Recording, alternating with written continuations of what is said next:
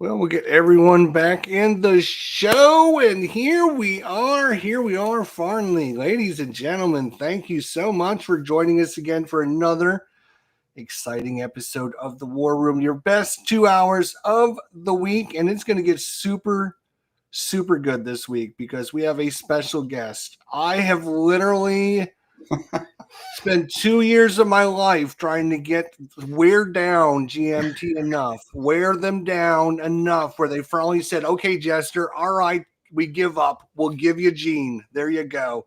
So joining us today, Gene Billingsley. Yay. Hey, everybody. And thanks, guys. I love your show. You guys do a great job. And I just watched the one with Mark Herman last week or 2 weeks ago. The last 2 weeks are running together for me. Excuse me. It's all a big blur.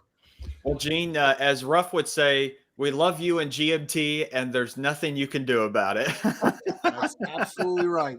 I'll take that. I'm happy with that. Believe me. I grew up a war gamer, and now I'm kind of a little more eclectic. I'm still a war gamer, but we had kids, and so we played a lot of Euro games, and I just love all kinds of games. And the guys, I see a bunch of our guys on our team here. They'll tell you that I love sitting around talking to gamers as much as I love playing games. So that's awesome. Hopefully this will be fun, and I really appreciate you having me on here. Well, thank you very much for coming. Yeah, no, thank you for turning up. It's brilliant. Yeah, the Herminator. We had Mr. Herman on, and Dean just made him turn red. We've got screenshots of that one where somehow Dean found out some information that wasn't released yet, and Herman could not believe that we knew the stuff that we knew. And Dean, give Ruff credit, man. He was awesome. He was, thinking I'd hacked his computer or something. I was giving him the idea that I got into his computer. Do I need to up my network security? No, of course I hadn't. It's stuff that was on the internet. I just dug around and I found some stuff. It's out there. Jester, is my understanding that you had a birthday recently? I did. I had a birthday on, let's see, today. It would have been 2 days ago. So that would have been happy Thursday. birthday. Happy birthday. Yes. Thursday. I turned 59, my last year in the 50s. So my wife gave me a card with me going down quick. So the dying embers of your youth. It's been a rough week. It's been a rough week. We'll talk about it here. So we'll just say hi to the chat. I'm going to tell you everyone this right now.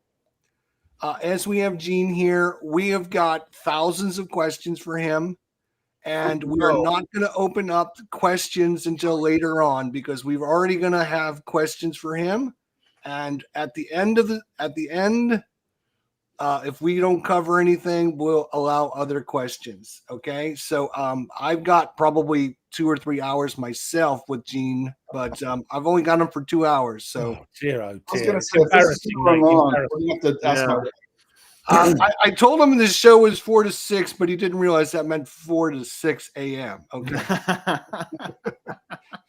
Nate, how you doing today? You doing hanging in there? What are you doing? I'm doing well, but unfortunately, yesterday I had a disaster, and it was horrible. I was just so beside myself. You watched one of Jester's videos by mistake. the whole live stream all the way through. My counter clipper broke on me. Oh, is it the plastic one? It was the snow shovel. Yeah, snow shovel. And it broke on me. Broke 2 of those. That's why I used the metal one. Get the metal one. Yep. So I ordered a new one. So it'll but in the meantime, couldn't round the corners or anything. So, but that's all right. I'll live. Yeah, but they're expensive, those shovels, aren't they? That's the thing. They are. The metal ones are a bit cheaper and they last forever. Well, thankfully I had some Amazon money, so it wasn't that bad. Yeah, I know. It's the plastic. Look, here we go. Oh my gosh, you got extras.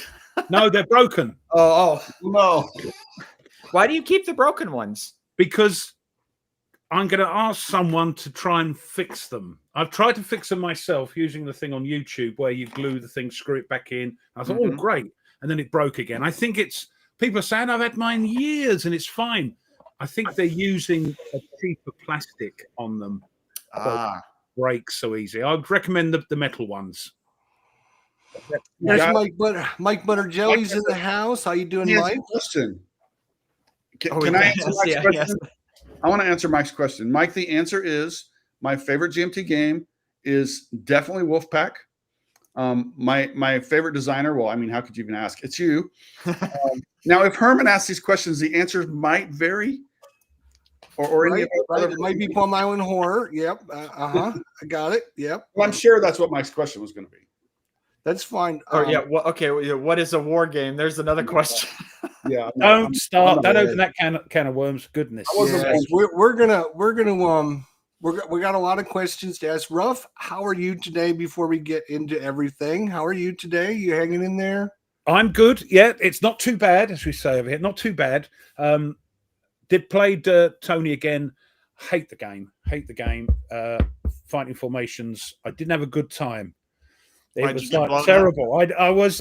If I would have been real life, I would have just flipped the thing because nothing was going my way. Tony was giggling, throwing 30s, and I'm trying to defend. And so it's not so much that the game is bad; it's that the player. Of course, it's not the game. It's just that nothing was going right, and I thought I'm going to trade this in. This bloody. Of course, I was.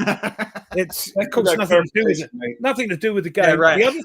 The other thing that I've got now, because my computer's a bit shaky and I have to do things little by little, I've actually you're really overworking them squirrels in that computer.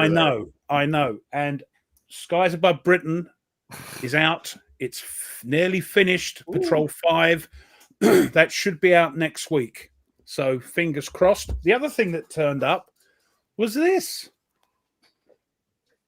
Nice. Oh, it's from a company that does monthly solo games, and I got the one. They're in like VHS things. I was just about to ask, is that a VHS box? Very cool, very cool. I've also got, so that's because I like me, because of you, I now into baseball.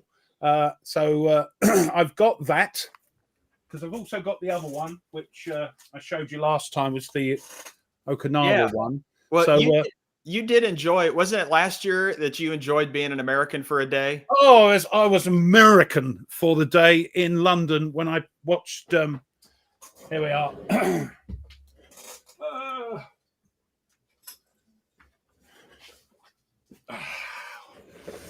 Watch the Phillies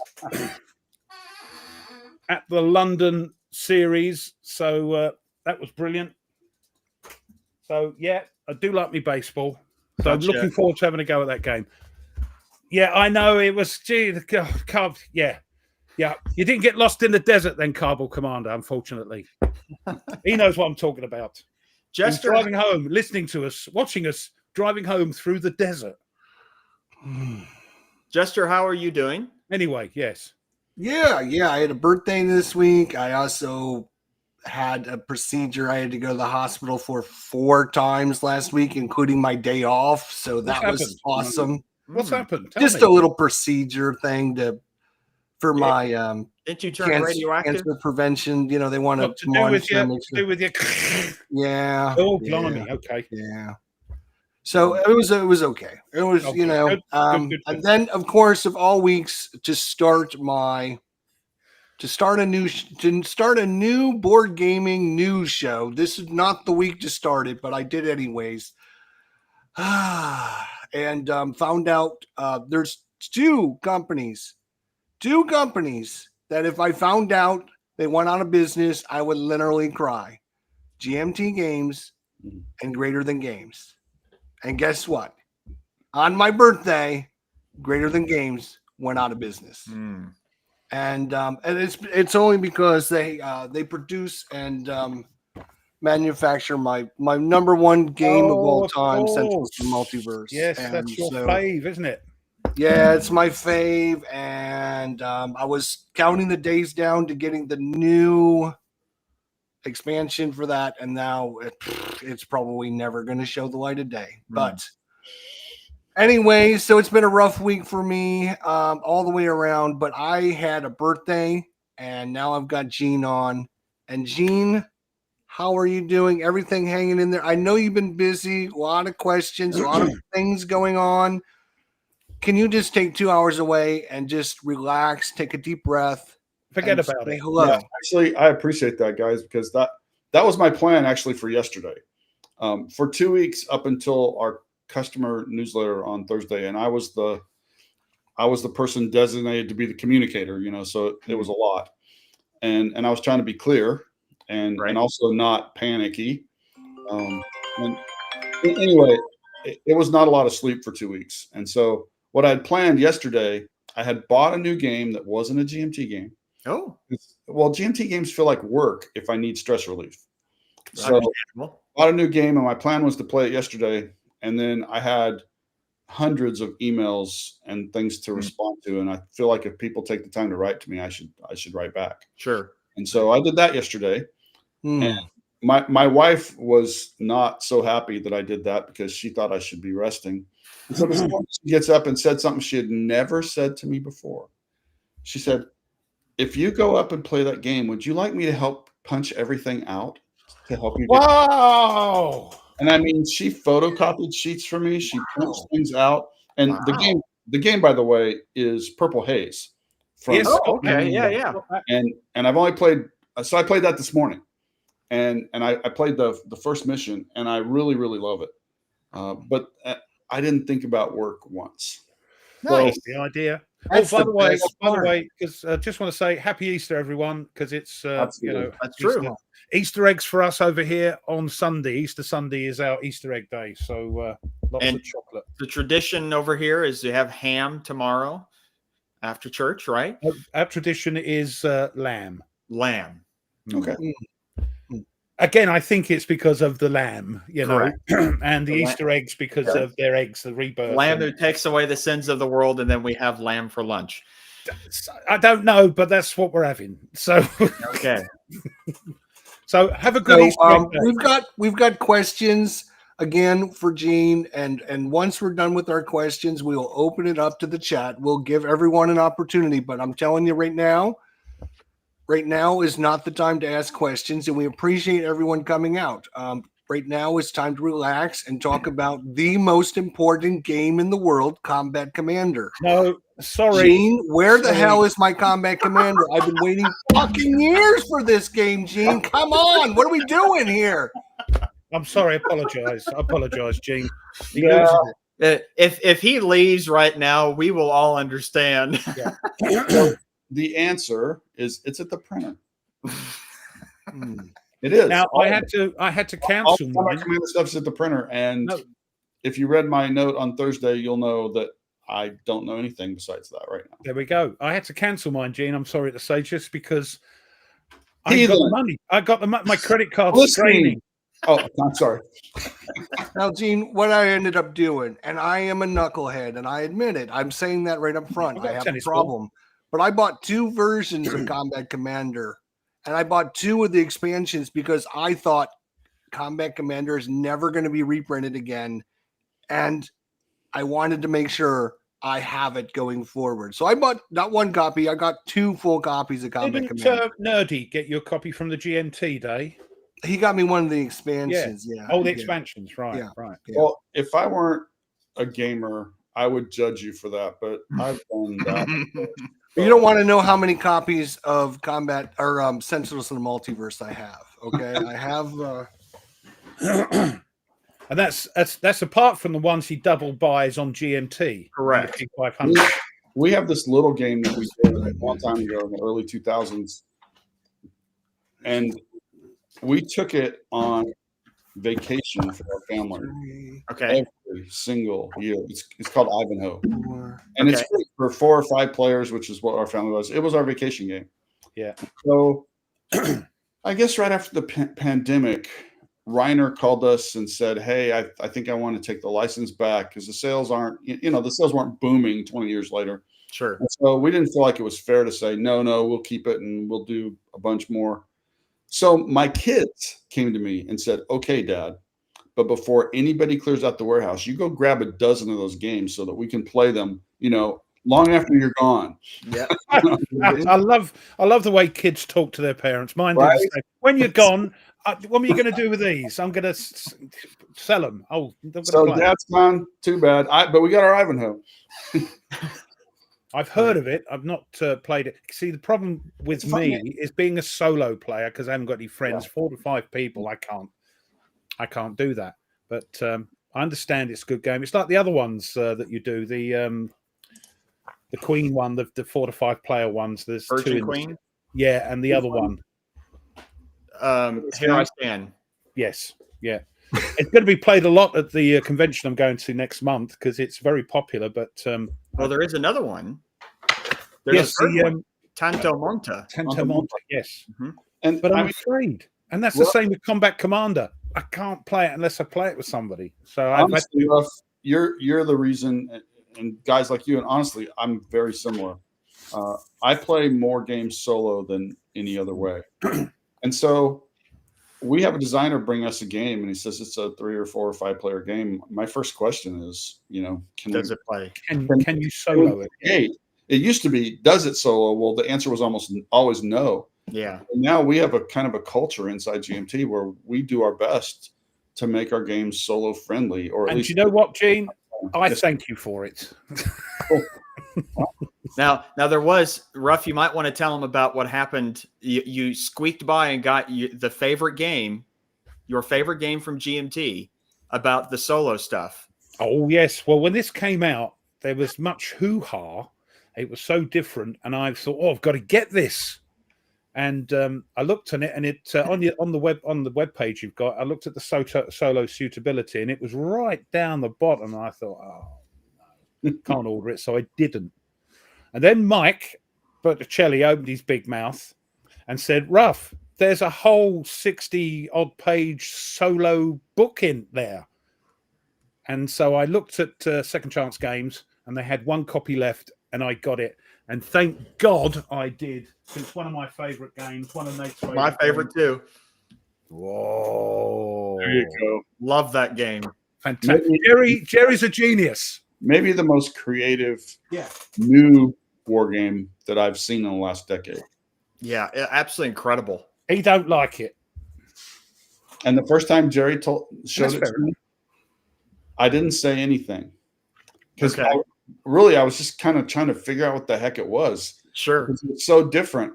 And finally he goes, say something. I said, this is weird. It is, but once you get your head around it. It's weird. But you know, Jerry's just the best guy, and he's also Yeah. really smart, and we've become good friends. So he didn't hold it against me, but I mean, it's so different. But once you play it, it's really cool. When I play it, I'm playing the film Search for the Bismarck. Yeah. Looking at the ball down at Naval Headquarters, you know, moving bits about. It's fantastic. I mean, I introduced that game to a friend of mine who's not a war gamer, and then he loved it, especially on how easy it was to learn the game, and how like the rule book's laid out and the way it is that he just because he always played all the Euro games, and then I like let's play a war game, and so I pulled that out and we played it a couple of times, swap sides. And he just fell in love with it. But it's that cat and mouse, and mouse that makes it so different. It's not like a traditional war game on, you know, where you're going to fight. You're trying to find each other or trying to evade each other. And that's the sort of, I suppose he likes it. That's the sort of Euro-y, non-war gamey thing. It's a sort of cat and mouse. You've got to try and predict where this convoy is going to be or where these ships are going to be. Yeah, love it. It's not often that I see something that I feel like is just brand new in the hobby.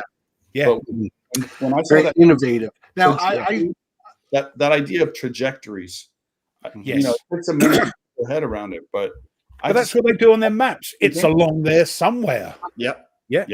Because it's like your first thought is the ship is there. And you're like, nope, the ship's somewhere, not there. It's somewhere along That's there. right. I was being taught the game by blue tweezers, so I was blued several times. And I know you're just new around here, but we got a saying: when somebody doesn't tell you the rules, you've been blue tweezered. So I didn't get all the rules from him when he was trying to teach me, and so that might be why I don't think as highly of this game as these two. Twee's a good friend of mine. We're going to the convention in May as well. So along with Gareth. Gareth, if you're in the chat, we've got to talk about what games we're going to play. I know one of my subbies wants to play Panzer, my second favorite game of all time. So let me know if you're in the chat. Give me a message or something, or email me, Gareth, and we'll sort something out. So it's only 4 weeks away. No, less than that. 3 weeks away. Well, Gene, I will tell you, I told this story to Mark last week, but I was excited to tell you that I have only been playing war games for probably the last 7 years. I didn't even know about war games until I was a history teacher, and then I left and went to grad school. And while I was in grad school getting my MA in history, we were at a professor's house. For the department had a Christmas party, and so he said, "You want to come see my game room?" I'm like, "Sure." So a bunch of us went up there, and he's pulling out game after game after game. I'm like, where have I been? These look awesome, And it's they've been around for decades, and I'm like, well, do you need another player? Let's play, And so we do. We still now do. We're going to be playing this summer, but that night he told me about GMT. And that night I went home. It was probably 1 o'clock in the morning, something like that. I'm scouring GMT's page, like what's going to be my first war game to buy. And I ended up getting the Dark Sands. Hey, that's a good game. I loved it. It needs to be released with the mounted ball, Gene. Hint. Anyway, right. We'd love a deluxe version of it. But, Simon, sorry, a couple of questions for me. Simon, PunchCon, yes, that's right. Yeah, it's PunchCon, and I'll try and go live at the convention just to embarrass everybody there and stick me mobile phone into their faces. Yes, that's cool. But yeah, Gene, I tell you what, when we had Mark on last week. I've been very thankful to get into this hobby and just have really enjoyed just not only the games, but also the people that are involved in it. Yeah. And just have been just overwhelmed of just how great war game. I mean, we could be a little different at times and a little, right? It can be a little scratchy and rub up against it, Yeah. It's been great. These 7 years that I've been playing war games, just meeting all kinds of new people and just having a lot of fun. And that's really what I enjoy most about wargaming is just playing. Giving you your big break fun by letting you come and be a host on the war room. I mean, that's got to do. This is when me and Ruff were looking for someone to come join us. Nate was in the hospital on a gurney in the hospital, and he texts us that he was Deathbed, interested in the position. I was, yeah. I had an incident where I got rhabdomyolysis, and I'm in the hospital, and I'm laying there, and I see that they're looking for someone. I'm like, well, sure, why not? I'll email them. Yeah, you're thinking, if I'm not dead tomorrow, I'll give it a go, because you're on death's door, weren't you? It was really bad. I did. It came through. I was fine. The Lord brought me through. And last week we had Mark Herman on, and he was giggling all the time. He was like he's giggling because Mark Herman was on. He was like simpering, he was. And Mark has asked me, said, ask Gene about the first time we met. Well, he's probably not thinking about the first time we really met. I don't know, but he had a glint in his eye when he said it. Yes, because I said, do you have any dirt on Gene, because he's going to be on next week? He said, oh, ask him about the first time we met. So there is a story, and I'll be happy to tell you, but I'll just tell you that that's not the first time we met. The first time we met was in 1982. I spent the summer in Frederick, Maryland, and I'd go down to a store in Baltimore every weekend and buy one new war game, because I was so poor I could afford a new $6 or $8 war game at the time. And one Saturday I went down there, and usually there were 20 or 30 people in the store playing games, and nobody was there. And I asked the guy, what's up? He goes, oh, it's Origins. And I said, what is Origins? Because I didn't know. And he said, well, out at the little college they have out here outside Baltimore, they're having this big gaming convention. And he gave me directions, and I went out there and bought a copy of Fifth Corps, because I like modern combat games, from SPI in the parking lot from a guy who was hawking these, So there's my budget blown right there. Right. Went inside, and across the, there are game companies everywhere, but across the hall, there's this sign that says Victory Games. And there's this big, funny looking dude that's standing over a game map of the Persian Gulf. And I was just like, what? Because modern games, right? And I was like, oh, this is going to be awesome. So I met him, sort of. He didn't know me from Adam, but I met him, and I thought that was a huge deal, because I knew who Mark Herman was even then. Huh. Wow, that's awesome. But I bought every game Victory Games ever did. They're my favorite game company by far, and so I was a huge Mark Herman fan. And so, do you have a favorite Victory Games? Is it Gulf Strike? I love Gulf Strike, but I can't get it to table enough. It's one of those games you've got to play and get into it. So it's got to be Ambush. Ambush is it. But I like them all. Okay, Eric Lee Smith's Civil War game, man, for the time, best game that had been done on that topic. But I could just go, well, I won't show you my whole room here, but there's a whole bunch of Victory Games. Nice. And Hexy's in. Hi, Hexy. Hexy, what's going on? And everyone, thank you so much for joining us. Obviously, we have Gene Billingsley with us, and we got a lot of questions to talk to him about, and just hang out and have a little chat. And that's all we're doing today. And if you guys have any questions, please hold them till the end of the show. But what you can do, we've got 70 odd people in the chat or in the room. Say hi if you're not said hi. If you're new, just say hi. But also do this schmuck a favor. And, I need all the help. Push that like button. Smash that like button for him. Absolutely. So then go hit the dislike. Ruff, to answer your question, or kind of Mark's. Go on then. Yep. It was the fall of 1990, and we had just put out. I had designed 3 games that, compared to what we do today, probably weren't very good, but people liked them, and I put everything I had into them at the time, and what I knew, I just didn't know very much. But they were well received. They ended up winning a couple of Origins awards or CSW awards. But one day I get a phone call, and the guy says, "Hey, this is Richard Berg." Well, I knew who Richard Berg was. I was kind of like Nate was with Mark. I was kind of like, "Wow, Richard Berg." Right. And he said, "Hey, you've got some good games there. I've got some games that you might be interested in. because that was Richard's thing. He was so prolific, but he also wanted to get his games placed, wherever. So he told me about a Civil War game, and I said, "Oh yeah, I love Civil War games." It was a tactical game. So I said, "Yeah, we'll do that." That's how long it took me. Richard Berg, tactical Civil War game, yes. And then What's he said, Three Dog?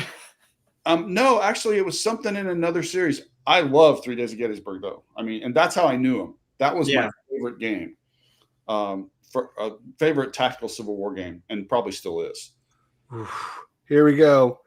Hex to Hex with his Great Battles of the American Civil War. He loves his he loves the Civil War. Oh my God! I'm still trying to get into it. Richards was he had a different series, like 1862 or something like that. But anyway, at the end of this conversation, he said, "There's another game that I'm designing with Mark Herman, and I'd really suggest that you take it." And I'm thinking, Mark Herman, Richard Berg, heck yeah. Oh. And then I said, "What's the topic?" He said, "Ancients." And I just went, oh.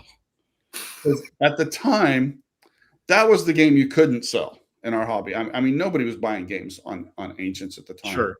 And my concept of it was, these two big lines smashed together. Big wow, no fun. Why do I care? That's why I say it. And so Richard, he's like, "Well, okay, I respect that, but Mark will be disappointed." And so we hung up, very friendly. I'm thinking we got one more game from Richard Berg. That's great. And all of a sudden, about 30 minutes later, my phone rings again. And I said, "Hello." He said, "Gene, you don't know me, but this is Mark Herman." And I was like, wow, Mark Herman called me. I said, "Hey, Mark." And he goes, exact words, "Do yourself a favor and take the Alexander game." And I was like, that's pretty hard sell, right? But Mark Herman, Richard Berg, Alexander the Great. And I mean, I caved in like 15 seconds. I was like, okay, let's do it. And so that was the beginning of what turned out to be, 35-year friendship. And you guys are saying about the gamers that you play with. I mean, I love games, but the people that you get to make them with and the people that you get to play them with, it's so much better. Yep. The games are the medium that we use to tell stories and build. Because you're playing a game with somebody that loves playing games as well. And, if there's a beer or two involved or whatever, it's even better. And Gareth, I don't know if you heard it earlier. I just said hi in the chat. Message me, give me an email or something about the games we're going to play at PunchCon. Because it's coming up. It's coming up. So, Eve Rattel is in the Eves chat. is here as well. Eves, how you doing? Good to see you. Yeah, Mark did say he thought you'd finish that game by now. I'm joking. No. So the better story, well, that's a pretty good story. But yeah, the next year at Origins in Baltimore, we had the game ready to ship. It was that old kind of ugly orange box. Yes, I know. Yeah, I've got the nice one there. So, where are we? There. So Mark is a really good game player. I mean, he's really good. And so he said, "Hey, let's play Alexander." And I thought, oh, he's going to kill me. But I'm like, okay, what he didn't know is I was a developer back then, and so I played the game a whole bunch. And so we played Issus. Okay. The Battle of Issus. Yep. And I just thrashed his flanks and he destroyed my center. And it was a question of who was going to break first because both of our armies were wrecks. And I won like that much before he would have won. And that's great, isn't it? I mean, my son did that to me. I got him to play a game. It was Men of Iron, I think, which is like a simpler version of GBOH. Great system. And he'd never played a war game before. So he set him up and suddenly he's going around the sides. I go, "What are you doing?"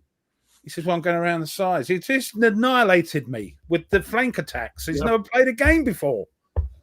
So go ahead. I'm sorry. Hang on just a second.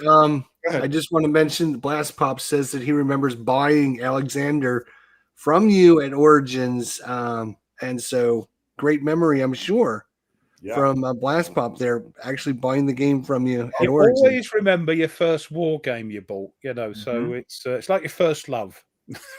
Yeah, exactly. Why I have it. So the next day at Origins that year, Mark comes in and said, "Hey, you want to play again?" And I looked at him, I said, you know, I'm 1-0 against Mark Herman. I said, I'm done. Yeah, I win. What he's done, he's Undefeated. stayed up. Yeah. He's stayed Why up. would you ever play again? He'd stayed up all night analysing your move and thought, right, I'm going to have him this time. And you saying, no, I'm quite happy to be 1-0 against you.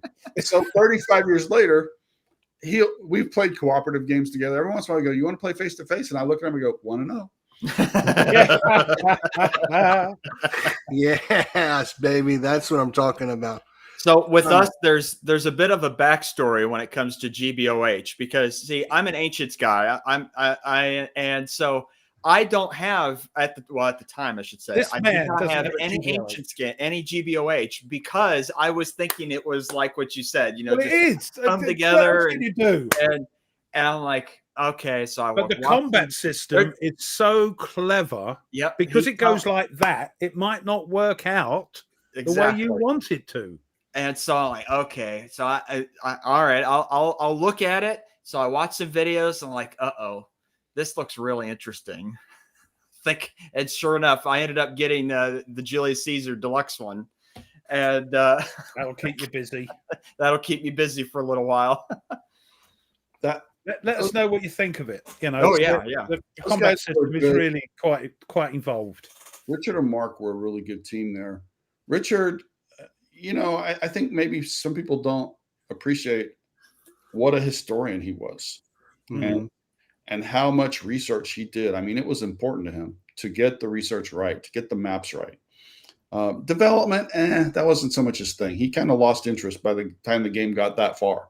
But his real skill was up front with the historical research. And of course, Mark, his skill was systems design. I'm not sure I've ever met a better systems designer, although we've got some really good ones. And so those two, and they were best friends. So they got through all the everyday up and down of, you know, you stink, I, you know, all that stuff. They got through all that. Yeah.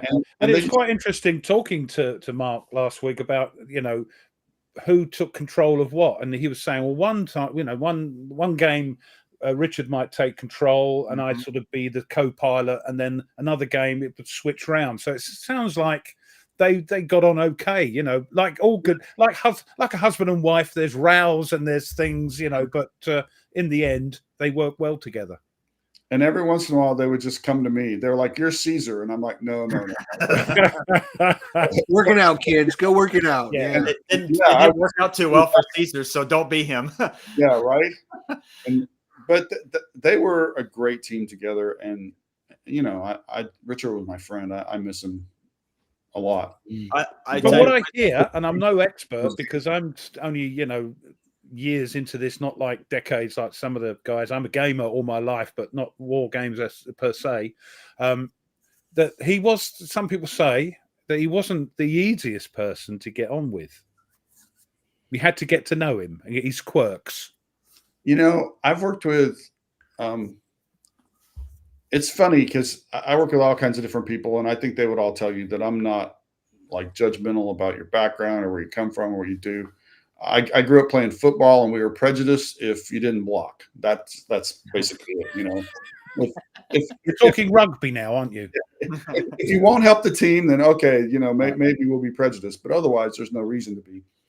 I will say, though, that I've worked now with dozens of people from New York, and they just have a different vibe about them. It's like they do not suffer fools easily. No, the thing I do one impersonation of a guy from New York badly, and it's, "Hey, I'm walking here."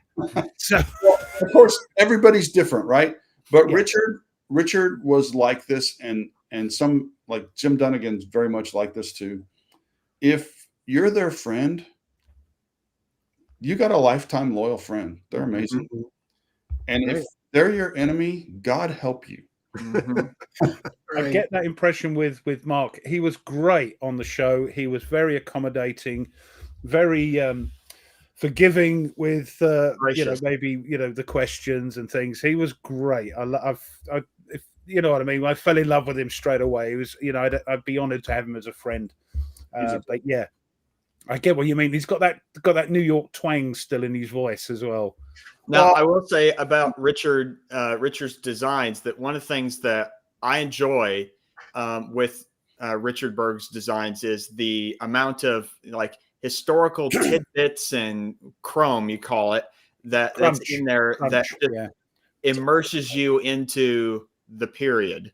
And it's one of the things that I'm very much personally looking forward to, like Thunderbolt, and just really enjoy it. Like, does this this Roman leader, can he leave the province that he's in? Well, we need to ask the Senate's permission whether they can leave. That's like, I love that. Just love just the little things in there that just pulls you into that period.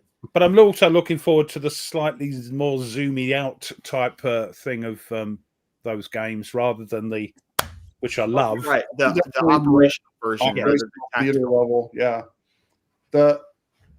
Richard had that ability to put history mixed in with the rules. It's like you don't have to go read historical notes. He put them right in the middle of the rules. And I love that. I love that. Yeah. Every once in a while, you just find yourself laughing out loud.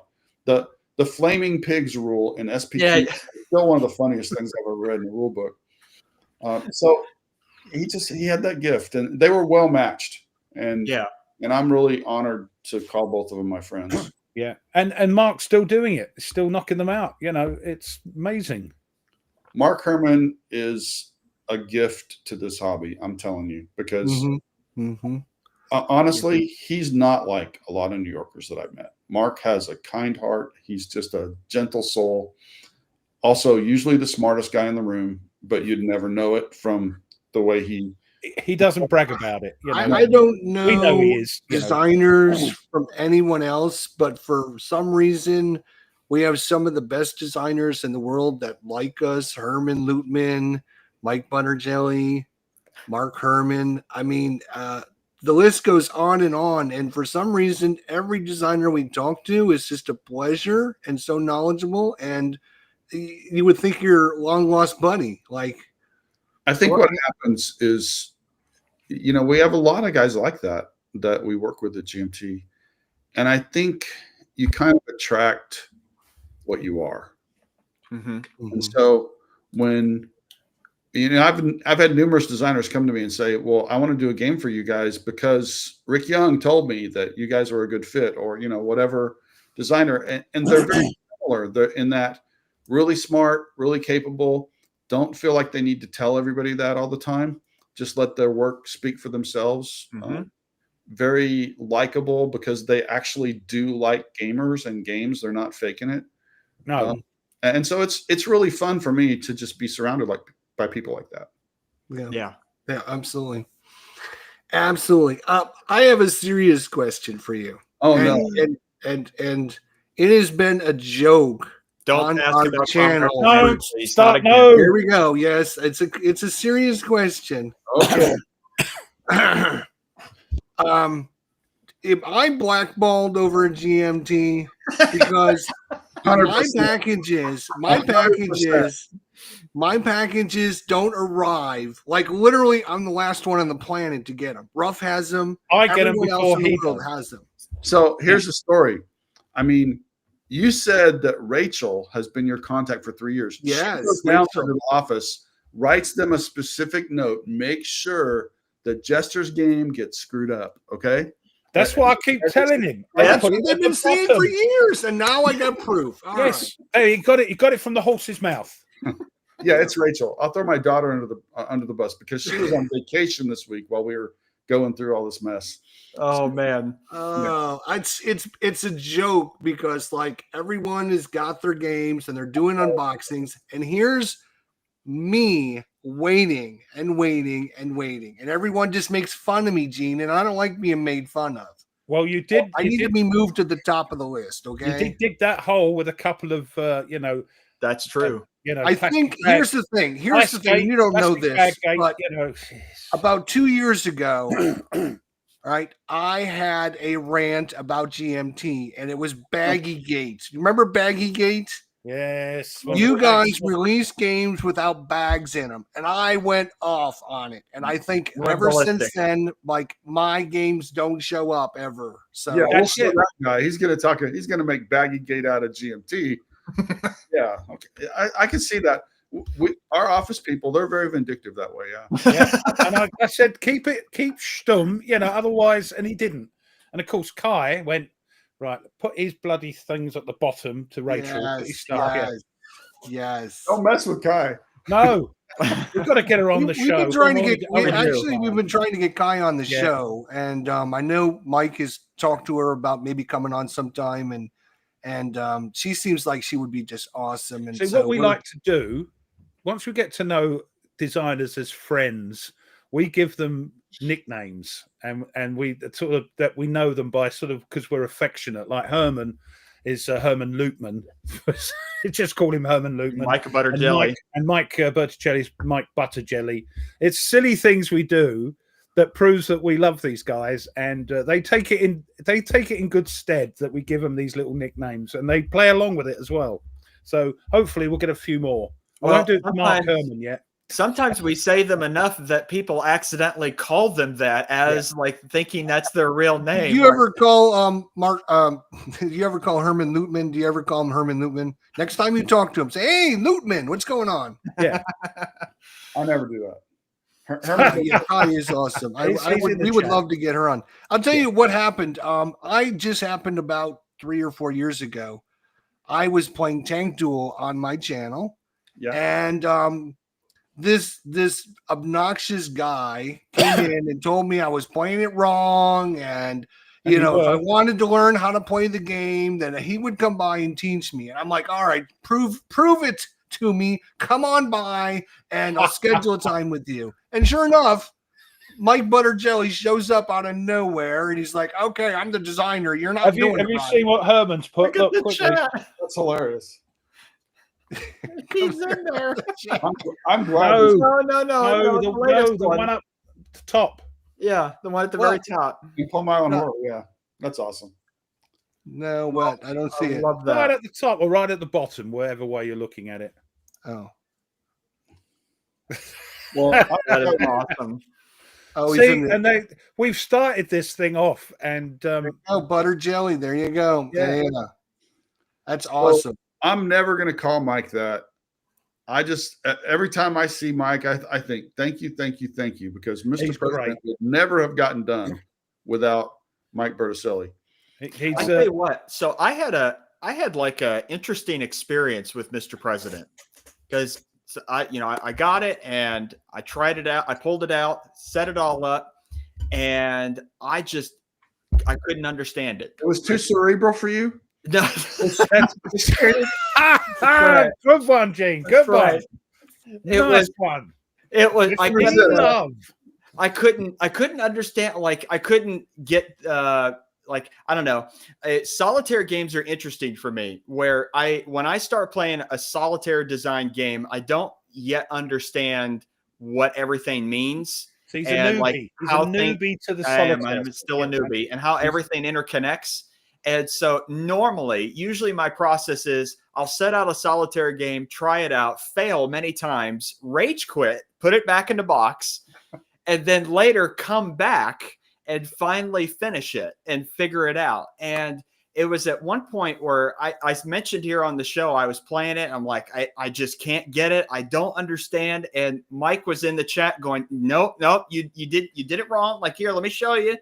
And so I pulled it out and I tried it again, and all of a sudden it clicked for me. And it's like, oh, I love this. This was super cool. And it's still like, I'm so looking forward to when the Steam version comes out, because that will be an insta buy for me. Because it's a big game. It's a big game. And the thing with Mike Butterjelly, or Butterjelly as we call him, he's so accommodating. He's taught me and Tony games coming out of his, his ear holes. He's so patient. But even giving him too big a head. I mean, I know he's a great. No, he would do it. He will get up at 6 o'clock in the morning. His head is already this big. No. Because even on Friday, last night, playing Fighting Formations and my die rolls, he could tell I was getting fed up and angry and annoyed and sad. You could even hear it in his voice. Every time I clicked the thing with the die, went, oh, no. It's like, so I do appreciate Mike. He's great. He's teaching me and Tony and Jester and everybody else loads of games. Next one he wants to try is the coin game, the Red Dust Rebellion, maybe. I don't know if you guys got to know a gamer named Mark Ruggiero. Oh yes, we had him on we the actually channel. had him on the show about Mark is just 6 months ago. Yeah.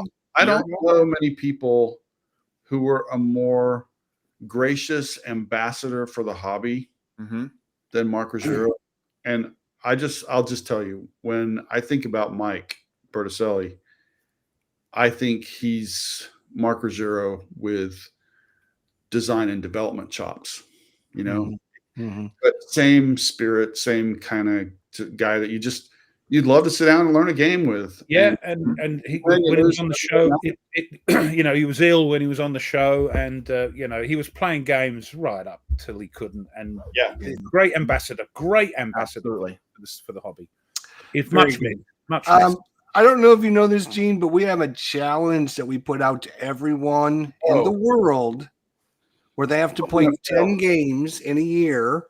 And then at the end of the year, we give away prizes and gifts. And GMT has been very, very good to us. Good. They've donated many gifts, and we want to thank you and let you know that they have gone to many people in the chat that you've seen has won gifts from us. And it's kind of reciprocal because we're telling them play 10 games, you know, and then you can win another game. And so we're just trying to get people to play more games. It's to get them to play more games, get people to play with other people playing games as well, using that horrid thing called Vassal, which I have a love-hate relationship with, but I have to use. And I love it more than I did a couple of 3 years ago. Oh dear, things coming out my mouth there. Oh, you have to put fingers in your ear. It's one of the reasons, Ruff, just to talk about something else for a second that I really like about the hobby. I really like what Rally the Troops is doing online because here's a platform, and I think we have like 9 of our games on, but not just our games. There's other companies. There's loads. It enforces the rules. There's no AI or anything, but you can sit down and play 2-player. You can even play by yourself if you're playing like Hot Seat, but you can play with, you know, the number of players you want to. And I have people coming to me saying, I played Andean Abyss 100 times in the last 6 months. And I'm like, what? Your challenge made me think about this, because it's great to be able to have someplace online where you can go and it's free and practice. And enjoy these games and sit down with 2 or 3 or 4 other guys that also really enjoy the games and get good at them and learn them. I don't know about you guys, but those coin games, for example, they have so much history in them behind the cards. You couldn't learn it all from 1, 2, 3, 4 games. The more you play it, the more you're just immersed in it. And I love having some place that you can play quickly that lets people experience the board games. Well, there is a series on there that I love and I enjoy, but I know Ruff is intentionally trying to avoid because he knows that his credit card will be hurting. The Levian campaign system. La. I love it. It's awesome, especially when I saw an Ancients one was coming. Like, well, you know, that I gotta get that. You know, that's Voco, right? I mean, and by the way, a lot of other designers after Voco, but he just seems to have the magic touch with both coin and Levian campaign to be able to create something that not only do customers relate with, but other people want to come in and take their favorite period of history, their favorite battle. And Voco's just so gracious about it that he's like, sure, I'll help you. But they're also like coin games. They're great crossover games as well, aren't they? I mean, okay, I'm not the biggest coin fan, I must admit. But things like Red Dust Rebellion and the Coin Light, the British Way, you know, I love those because they're nice and small and I can get them out and play them. But Red Dust Rebellion, because we're watching. I tell you what, I just got the missus onto The Expanse. This is my 3rd time watching The Expanse. Nice. It's such a shame that it ended, but and she's loving it. You know, for a sci-fi thing, she's loving the intrigue and everything. but Red Dust Rebellion is my Expanse, if you like, my Expanse game. So I'm looking forward to giving that a go. Well, I'll tell you, one of the things that really drew me into the Levian campaign, and it draws me into a lot of different war games that I'll get, is like, because as you could tell, I like history books. So like one of the things that I like when I'm reading a history book is I'm a very visual learner. And so I like to be able to see what I'm reading and also like somewhat interact with the history. And war games and games in general allow me to do that. And one of the things that I have really appreciated and liked in Levian campaign is the artwork. That the artwork is so well done that it immerses you into the period, and you feel like that you are making, decisions in that time. When I look at Plantagenet and I see the map of England, like it feels like it would be something from back then, or like if, for instance, here I like Tanto Monta. Like I look at the cover and I immediately know the theme.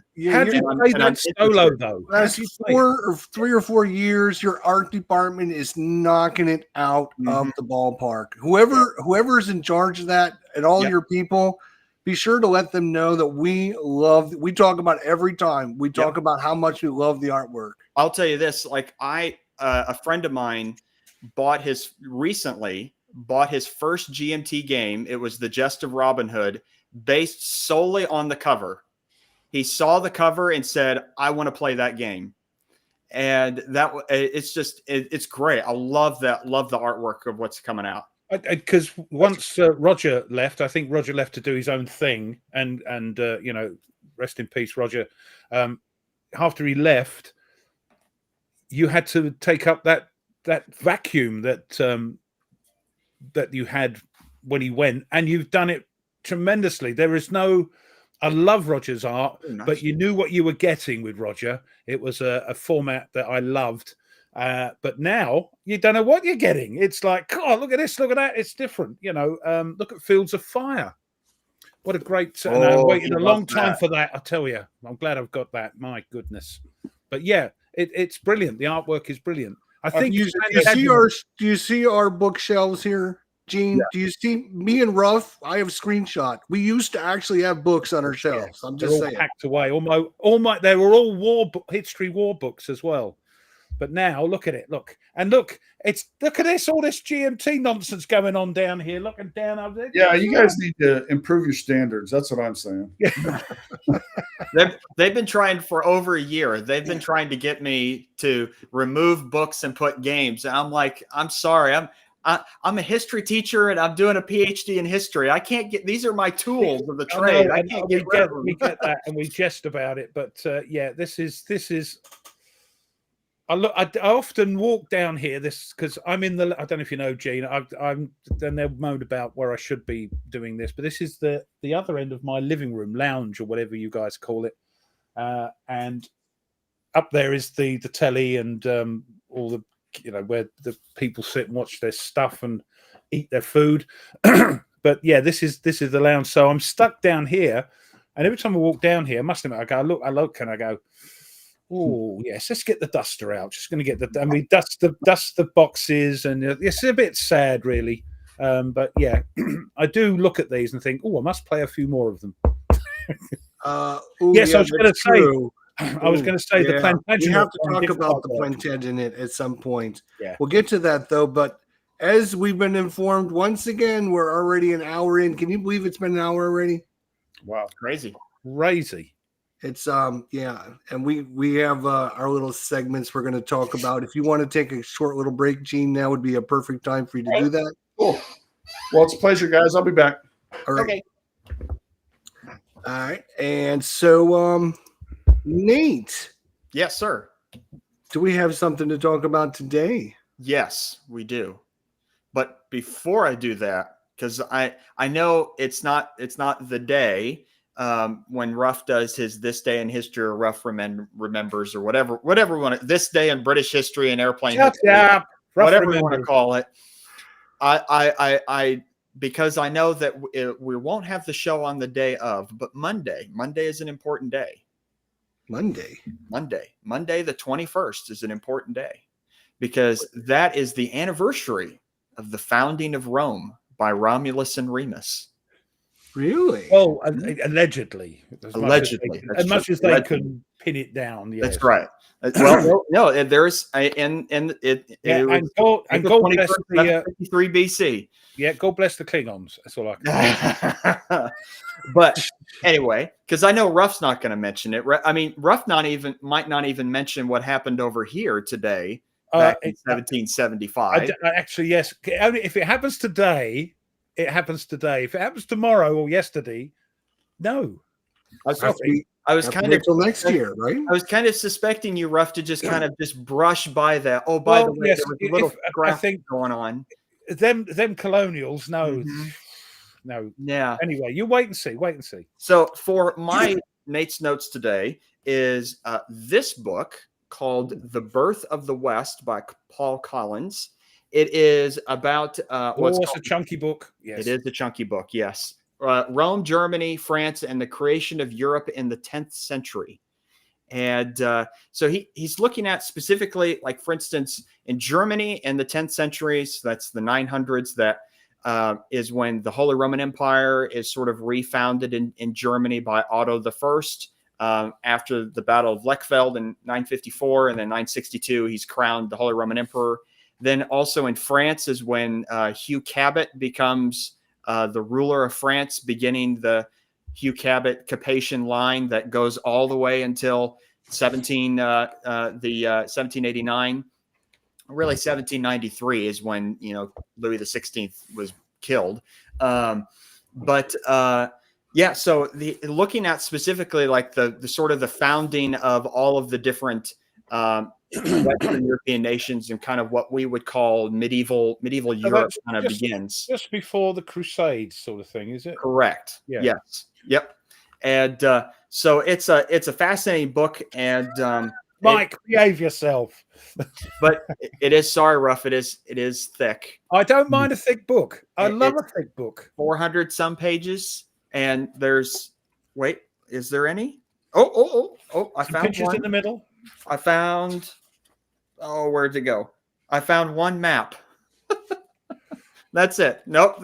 There's no photo section. I mean, I do like a book, to be fair, because it's the way my brain works. I do like a book with a picture or a diagram or a map every so often, just to take me off the close, things. I know history books tend to be a bit like that. That's why a lot of them can be looked upon as dry, unless you're really interested, like you've been an academic and you're doing your research. You don't care. You're getting your info, If it's got the footnote section, and the footnote section, you look at the back of the page, then we're good to go.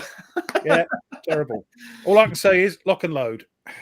Oh, okay. We have a drinking game. Yeah. Anytime somebody says lock and load, everyone's got a drink. Why lock and load? I don't know, but yes. So. You do remember? When Tony was on the show, would literally say lock and load. Every other word was lock and load, lock and load, lock and load. So finally, we just said next time Tony says lock and load, everyone's drinking. Yeah. Well, you just said it, so cheers.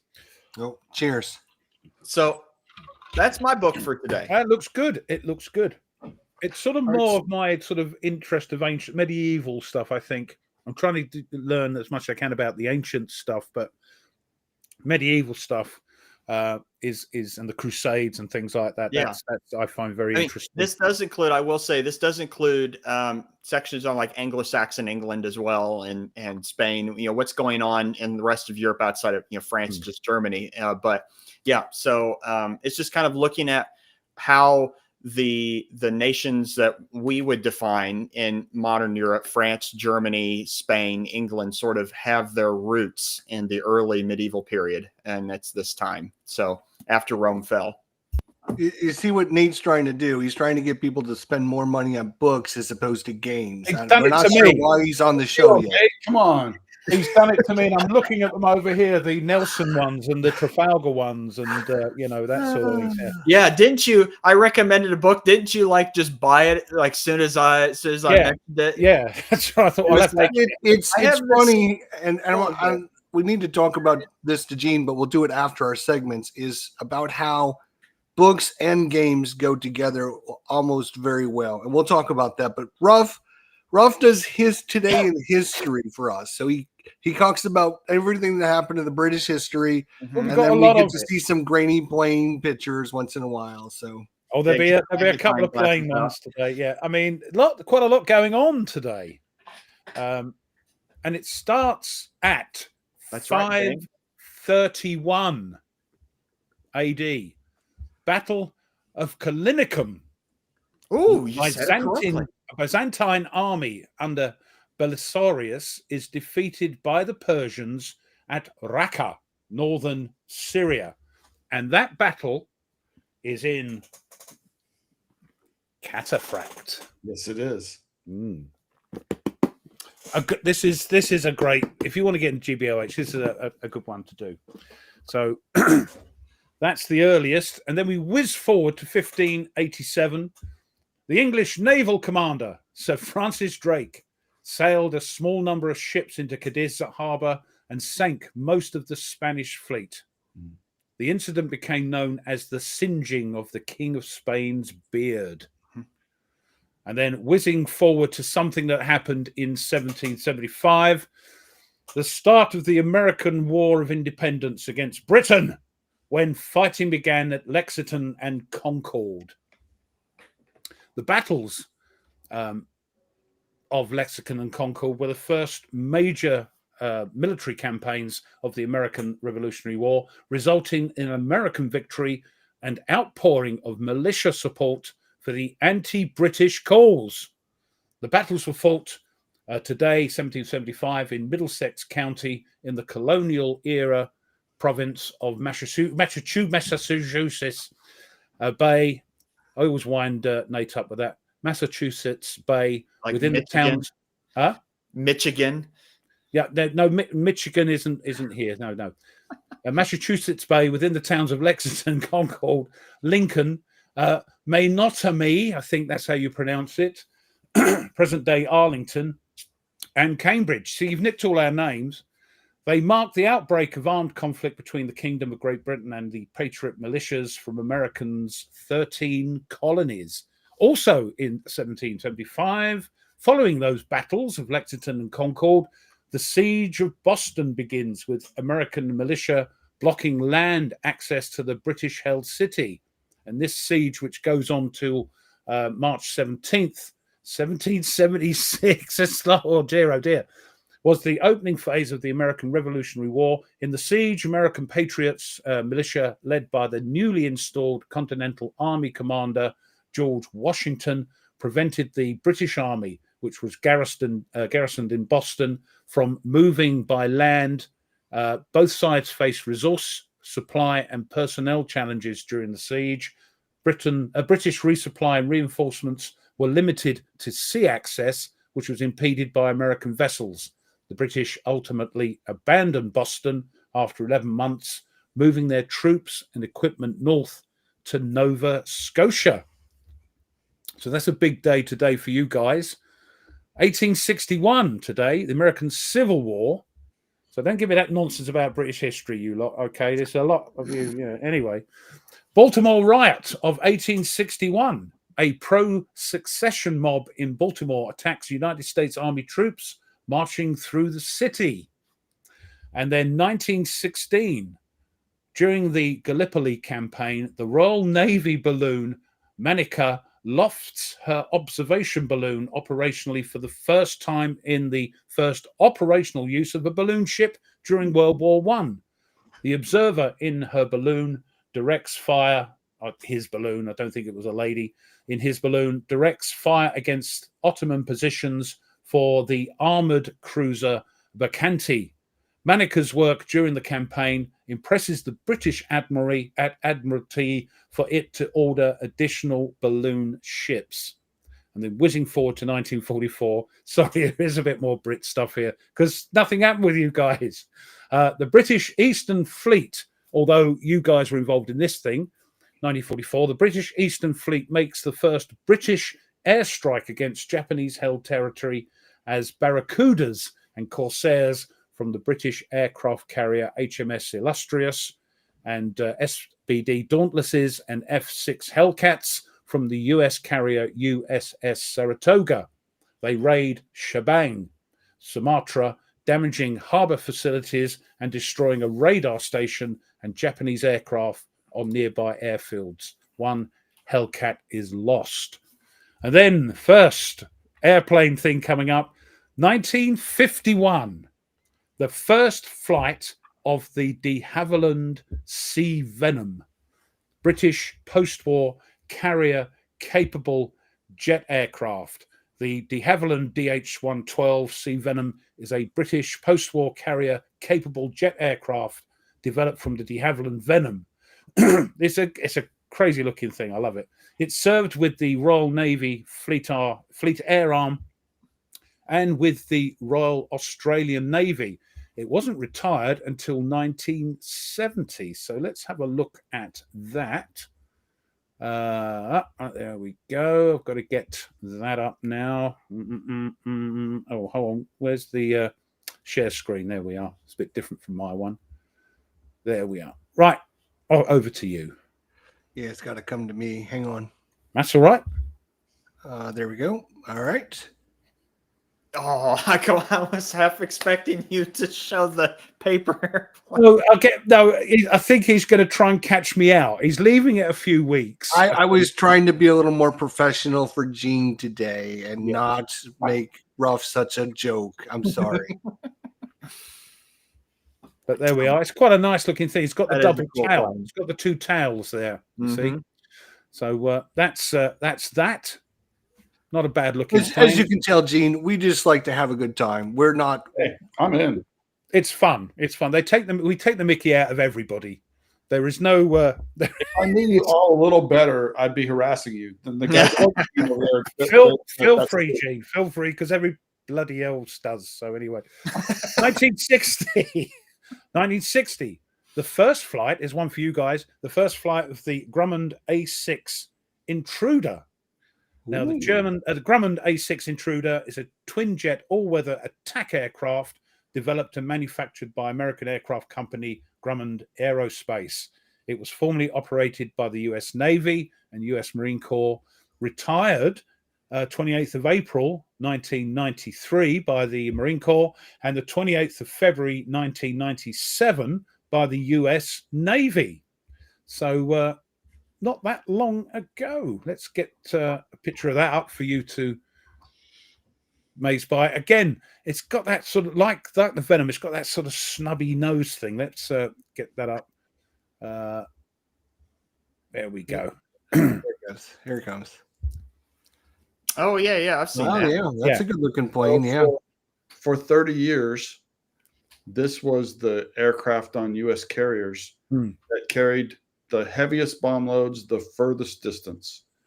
So, everything else had short legs, basically, but this one could go deep into enemy territory and deliver a lot of bombs. And it looks like it because it's a chunky looking thing, isn't it? It's yes. And they did retire this in 1993, but we still fly the EA-6B, which is an electronic warfare aircraft that's based on this plane. Interesting. Brilliant. No, it's great. It's great. I love me aircraft. And Thomas isn't in the chat. Thomas from Historic Wings. He's a airplane expert, like Nate is with ancients and other parts of history. He's our aviation chap, and also designer of games. So that's that. What else we got? Lastly, 1972. North Vietnamese Air Force aircraft bomb U.S. Navy ships at sea. The only such attack during the Vietnam War. 2 MiG-17s caused minor damage to the guided missile light cruiser USS Oklahoma City and heavy damage to the destroyer USS Higbee. There we go. That's today, 19th of April. Excellent. There we go. Good stuff. All right. So I do a little segment called Jester's Gems, where I try to find the hidden gems in the board gaming industry for people to think about and find these games that nobody talks about, nobody really knows about. They're not well known, but I think they're a hidden gem. So I would like you to help me today, Gene. So you're going to talk about a couple of my hidden gems, right? I am going to be talking about a couple of your hidden gems. So, but before I do that, I want you to come up with one as well. That somebody else designed, or that I designed? That you designed, somebody else designed, whatever you think is a hidden gem that you would like other people to know about. Popular. Maybe it should be more popular because you think it's a great game, and maybe it needs to be. I think I've got a couple that I think are great games. Nobody plays them. Nobody talks about them. Yes, you've heard of them, but I mean, like, they're not mainstream games. So I try to find those hidden games out there. I'll start, and then maybe you'll give you a minute to think about I've got one if you want. Okay, go ahead. You know, actually, I think that a ton of the games that were done by West End Games back in the 80s were really excellent orgs. Imperium Romanum. Yes. And they did the, everybody knew Joe Bolkowski's Korea game because Victory did a version of it, but he did a version of World War II. And I've got that. Yeah. For West End that's terrific. Huh. So, but here's a West End game maybe you haven't thought about for a while. John's a really cool guy. And the game is called Fire Team. Yes. Carry up. It's called what? Fire Team. Fire Team. Oh, yes. yeah. Yes. That is exactly what I'm talking about. This one. Yeah. I've seen that. I've seen it as well. Yeah. They also, West End Games, they do London's Burning as well. The aircraft. I don't remember. London's Burning. The maps are like this. So Yeah. 1980s maps. Yep. But that's Panzer maps. What are you talking about? Nothing wrong with them maps. So there's mine. Does that help you, Jester? Yeah. I always like to get input from our host to see what they're that might be something we're going to do. The game, Fire Team. That is awesome. Show the box again for me if you would. You might want to flip him round. He's back to front. Oh, you're backwards. Hang on a second, Gene. Now I know why. What have you done to me? You're a mirror image. Mirror camera. There we go. How's that? That's brilliant. Yeah. Awesome. Good. And that's the West End Games. Yeah. Okay. Yeah. Sorry, I don't know if you heard. Did West End Games do London Burning as well? The aircraft, the Blitz thing. Was that West End Games? They did. If not, the chat will tell me. They did John's team. They did the other.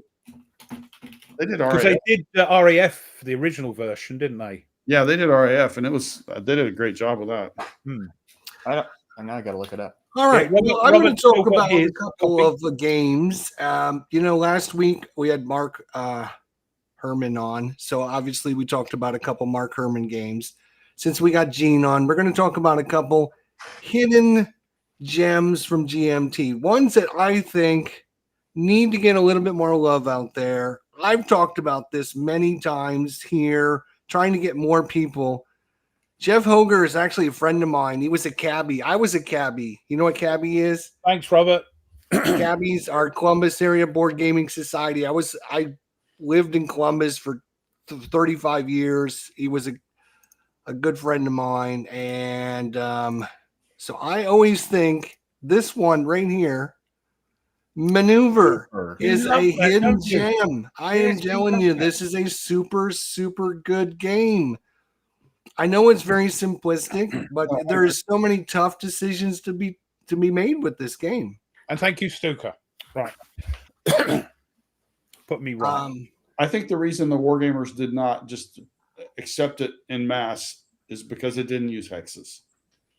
I unfortunately, I would tend to agree with that because that was in the day where every war game had to be a hex encounter game. And no one broke outside the norm, and anything outside the norm was nope, I don't want that. I don't care about that. And you're right. And that's why this game is gone mostly unknown. It's a little cat and mouse game where you're using each faction has their own deck of cards. Let's see if we can show it off here.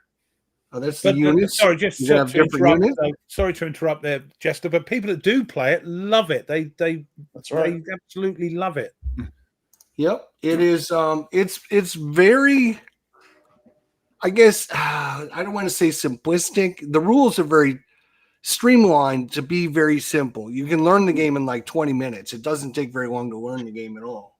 I actually own like 2 copies of this game, and this is another one of these games that I bought the expansions and everything. So this way, if my copy ever gets used out, I have a spare copy because I think this is one of these super. There you go. Oh, nice. There.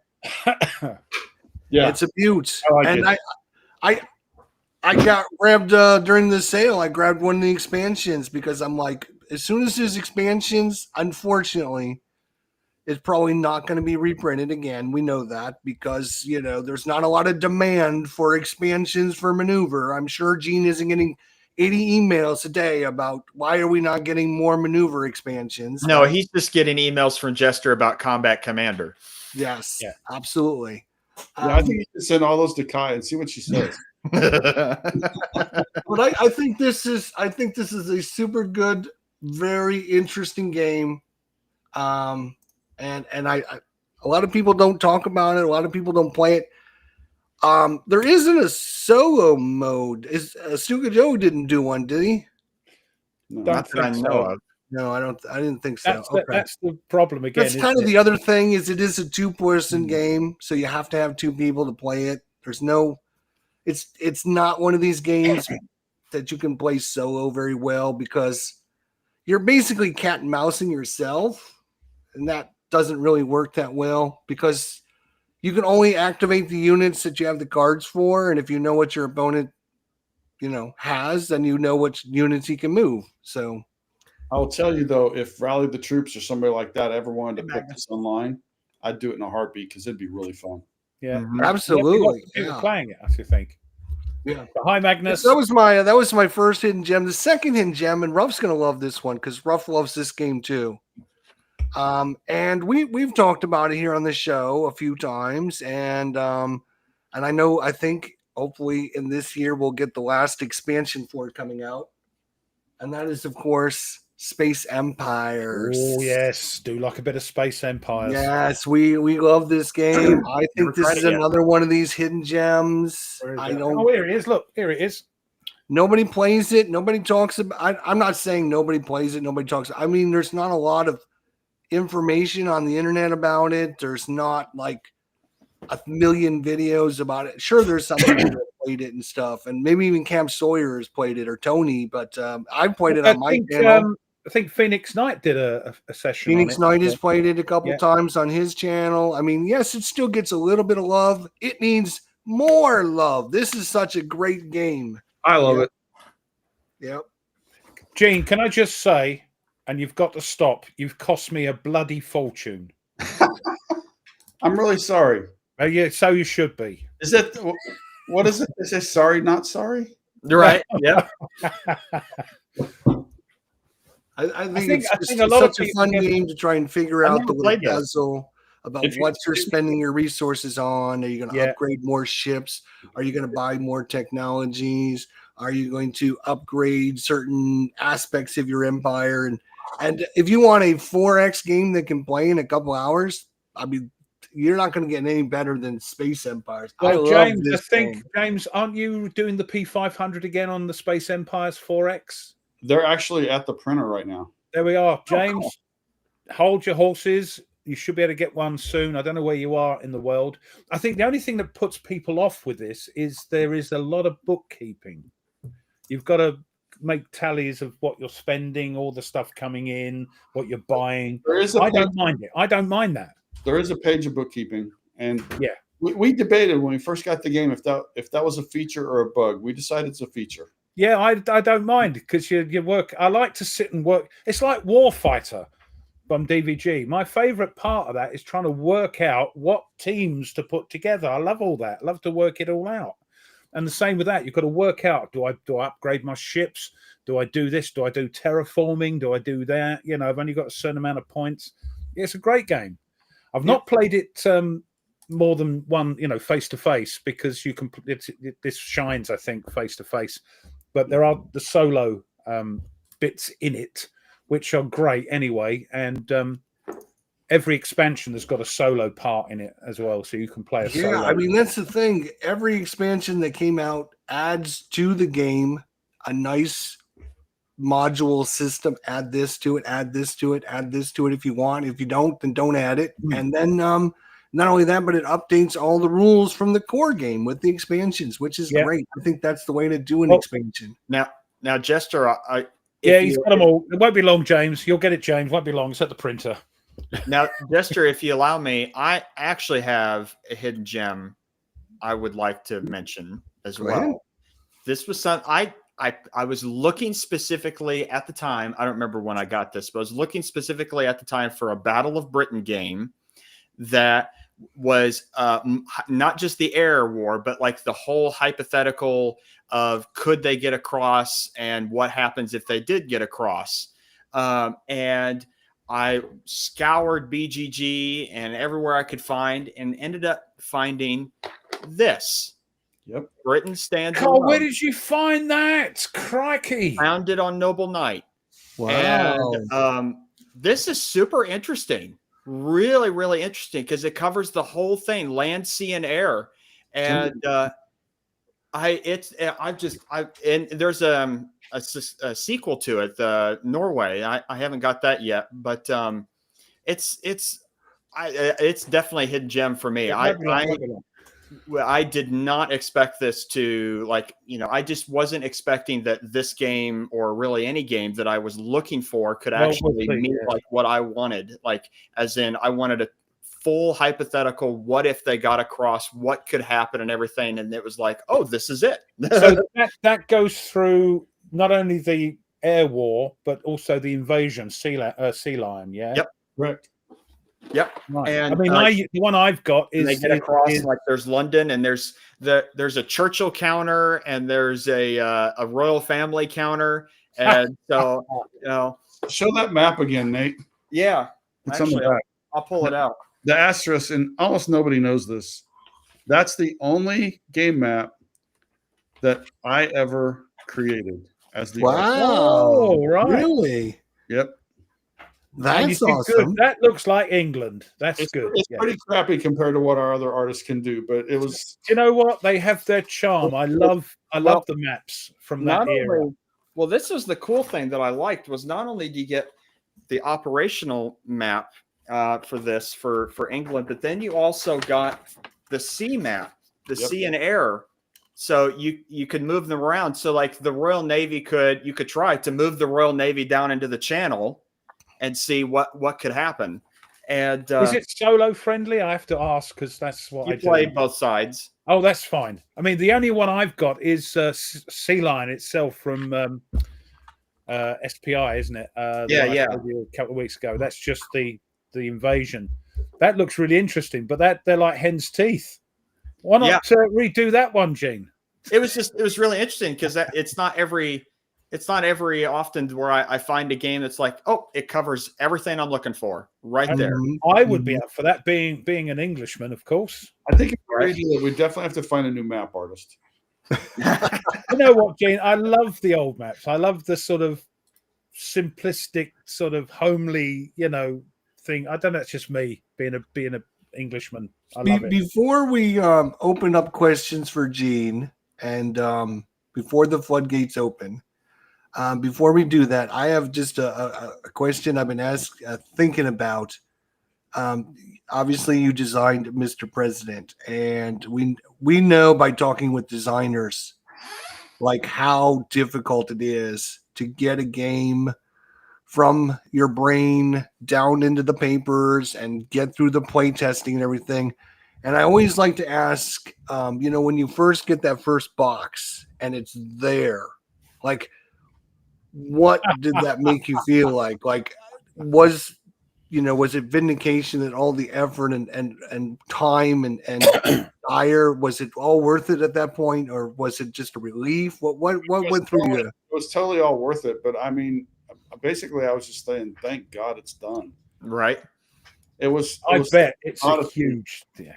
and our company grew a lot during the teens, the 2000 teens, and that's when I was working on this. And I didn't have time to work on it. I was just GMT needed me more than Mr. President did, and so I would go 3 months sometimes and not even look at the game. And so and at one point, I told my kids, Luke and Rachel, who both work with us, and they had big time testers of the game. I told them, I just don't know if we're going to be able to finish this. And that's when they used their family psychology on me, because they've heard me say so many times that when it comes to game designs, there's tons of people who have ideas, but there aren't very many finishers. And so they just said, Dad, we thought you were a finisher. And I was like, crap. That's nasty. Yeah. That's not nice. No, that's terrible. You gotta love it when the family challenges it. Yeah. But it got me, it kind of helped me just suck it up a little bit and dig in and finish it. Well, we're glad you did. It's fun. Herman's comment: game designs are never done. You just have to let it go and be abandoned it. Yeah. Well, it's also when I said about the game that you just mentioned, Nate, and I said, let's do it again, Gene. What's happened is Tony's come in and said, Ruff, Gene will tell you to do it. Just ask Mitch, and that's the next war series, isn't it? That's updating your game. Mitch knows my tricks. Yeah. I ain't got the brain for it. Speaking of Mr. President, we'll go ahead and open up the chat. If you have a question for Gene, here's what I would just say to you guys, okay? Is respect the man. Like he's had to deal with a lot in the last 2 weeks. So let's ask the questions and be done with it. If you have something specific, let us know. But the first question we'll get into is, when will the second edition of Mr. President be available? Do we have any idea? Well, Christoph, if you read our update this week, I can't answer that question for any game. I honestly cannot. I wish I could. What I can tell you is that the order of things that Kai put in the production update this week is correct. I mean, the things that she listed at the printer are really at the printer. And the things that she listed for May and June and July, they're really slated for that. Now, what happens if we have to put a hold on printing for 2 or 3 months? That's why I can't really tell you a time right now.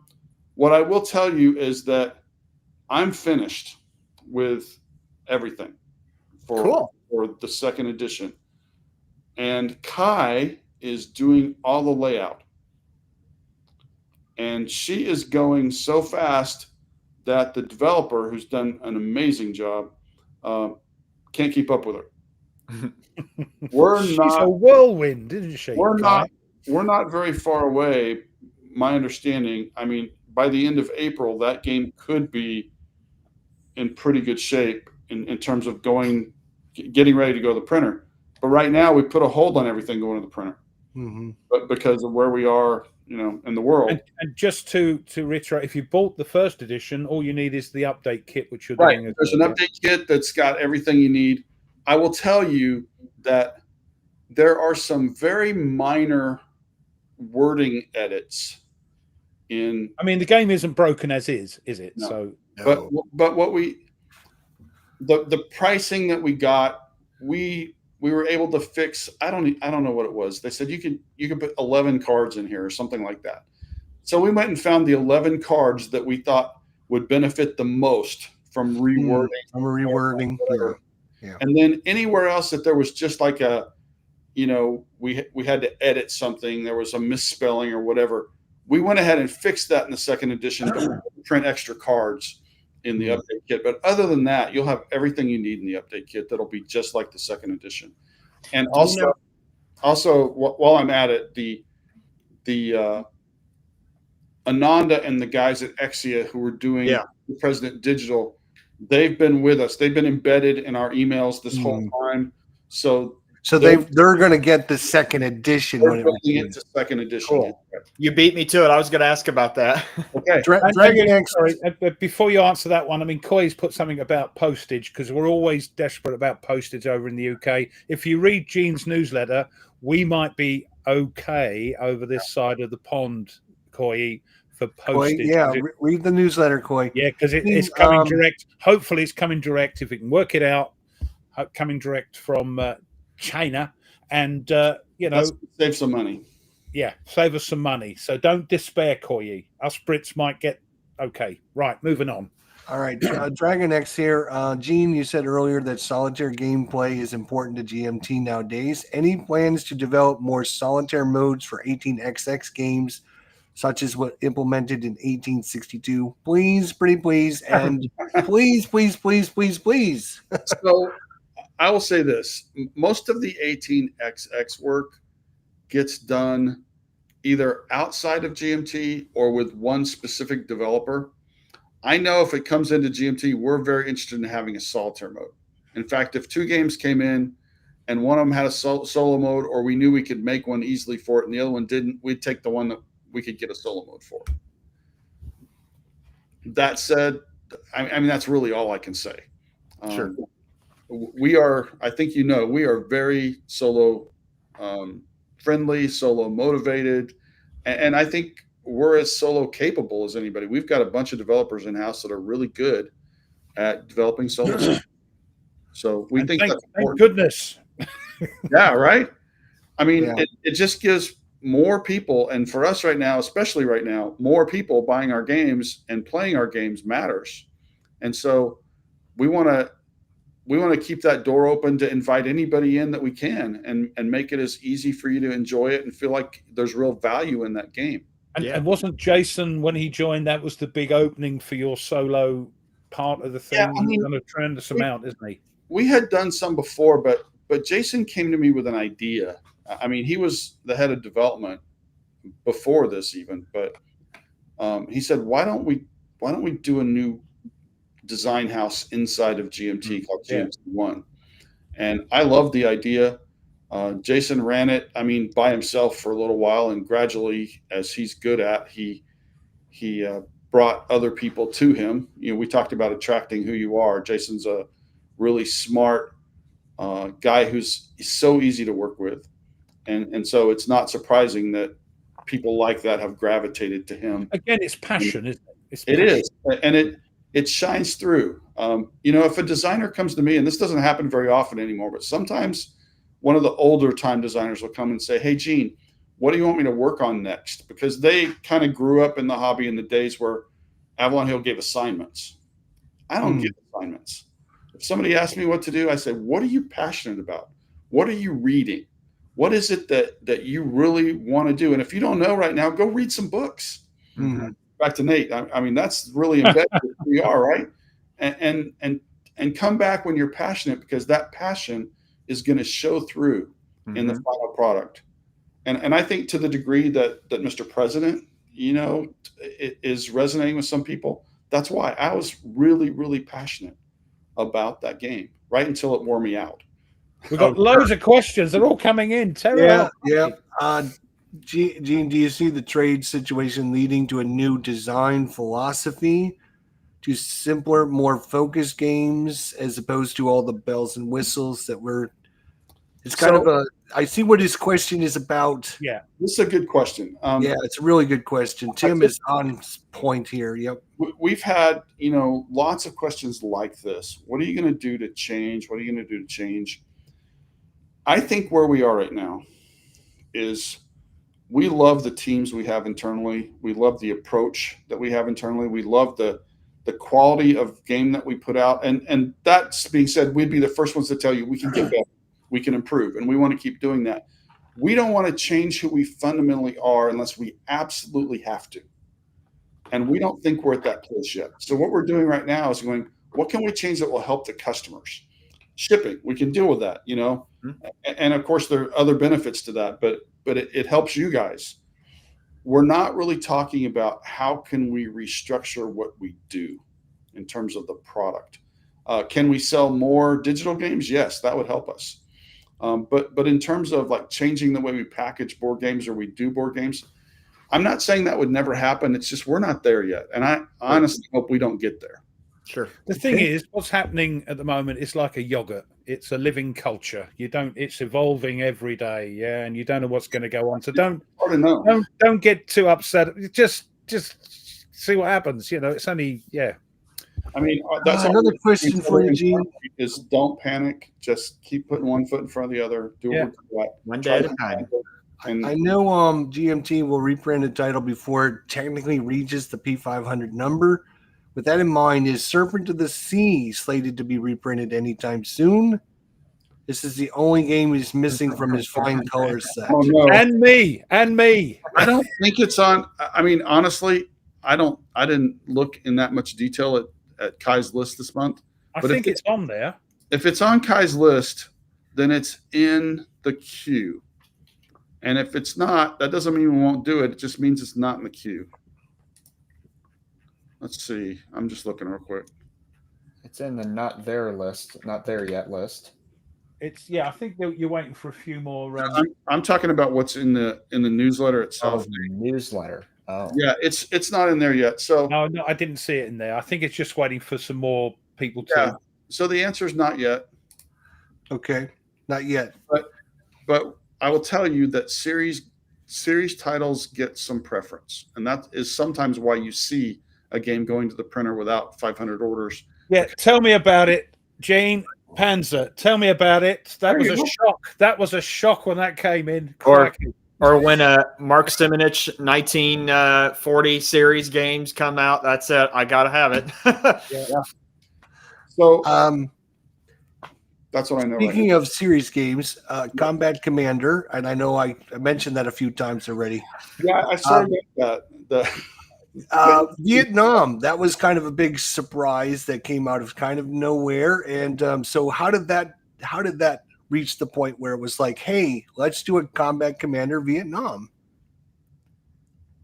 So Chad and I started. So first thing I'll tell you, if you want all the details, go read the Inside GMT article from a few weeks ago because I wrote about it. Those things, by the way, if you want the inside information, what's going on and how the maps are looking and about the designers, read those news, the inside stuff. It's great.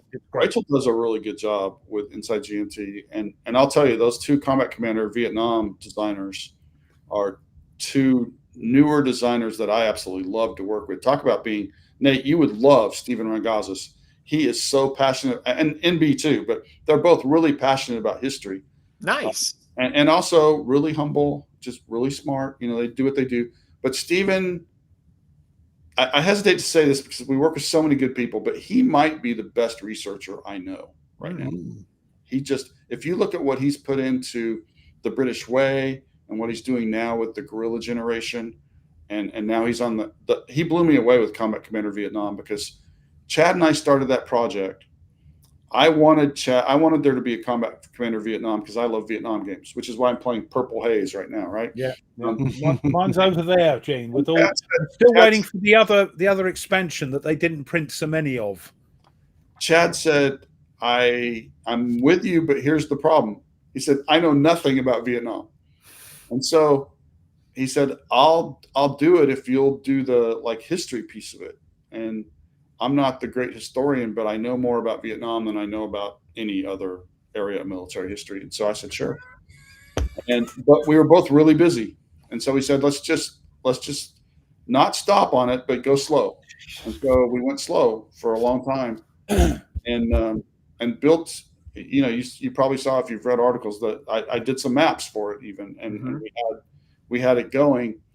And then Chad got sick and, yeah, I don't want to think about that. Yeah, bad. Terrible. Chad's one of my all-time favorite designers. Yeah, and he's my friend. He's the only person. I'm friends with so many of the designers, but Chad, I would call him about whatever that week, and I could just hear the joy in his voice when he answered the phone. And Kai told me much later, she goes, yeah, and he would get up and he had a smile on his face and he'd walk around the house while he was on the phone with you, just so happy to be talking about games with you. Well, that came across in his voice. So, we were just friends. It comes across in his games. Fighting Formations is the only one I'm aware of. And you read his rules and you can see he's thought about it. And the terrible thing about it is it wasn't like he was 98 years old, and time to move on. It's such a shame. And Yeah. I'd even love the Urban Sprawl game. I think that is a super cool design too. And talk about a hidden gem right there. Holy cow! And also the one you like with the fish. Dominant and, Species, yeah. yeah. My only one I have is Downfall, and I love that game. That was the game that Chad had. He was working on it for years, and I would bring it every year to Consim World Expo in Tempe, and we always sat together for breakfast, like in the back of the breakfast hall, while they had a big breakfast, forum every day. And so we'd sit back there, and he'd update me on the games, and so I'd come in and I'd say, "So how's Downfall?" And he'd go down the list of all these things that were beautiful about Downfall, and then he'd go, "I'm almost done, except for the combat system." And I'd look at him and I'd go, "Chad, correct me if I'm wrong, but this is a war game. Isn't the combat system like a pretty important thing?" And he would get mad, and I would just be laughing. And we played that out again and again and again. So when he passed, I mean, this is for a year, Kai and I couldn't even talk about it. It just we'd cry every time we were on the phone. No kidding. Yeah. But then we wanted to start getting Chad's games going, and Downfall still didn't have a combat system. But it was done other than that. And so John Butterfield was really good friends with Chad and Kai. Yeah, you picked a nobody to do the combat system. He volunteered. I mean, we wanted him to do it. Another one of my heroes. He didn't have to do that. And he did it out of love and friendship for Chad and Kai. And so I mean, that's the kind of people I work with, honestly. Yeah. That's what makes this my job. You have got some great designers in your stable, I must admit, compared to some of the other companies. You've got some leg ends in your stable. I mean, they know what they're doing, right? Yeah. But more to the point, to do what we do at the scale that we do it, we have to be able to play well with others. Yeah. And that's what happens a lot of times when you get really smart, talented people together. They butt heads and they can't figure it out. Just like on a team where you got 2-star players that can't work together. Right. Well, we've just been very fortunate over the years that our guys are smart and capable and gals. What is it you guys call them? Goats? Yeah, greatest of all time. I mean, yeah, you've got some greatest of all time designers. If somebody wanted to say goats, I mean, there's some people that work with GMT that I think would be in that conversation, right? Yeah, a lot. You've got lots. Yeah, lots. And but the thing is, if you put them all in one room together, they're not like vying for attention or vying for the top spot. That's what I love.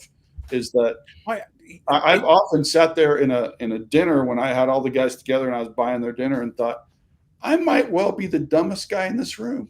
Yeah, but they don't rub that in. There's no egos, is there? There's no the people we've had on the channel. There's no egos. There's just passion and that sort of thing. But Gene, extra squeaky. Mounted maps or paper maps? Mounted for me. What about for you? Both. You just asking my personal opinion? There's a question from extra. I must have missed it. I'm sorry.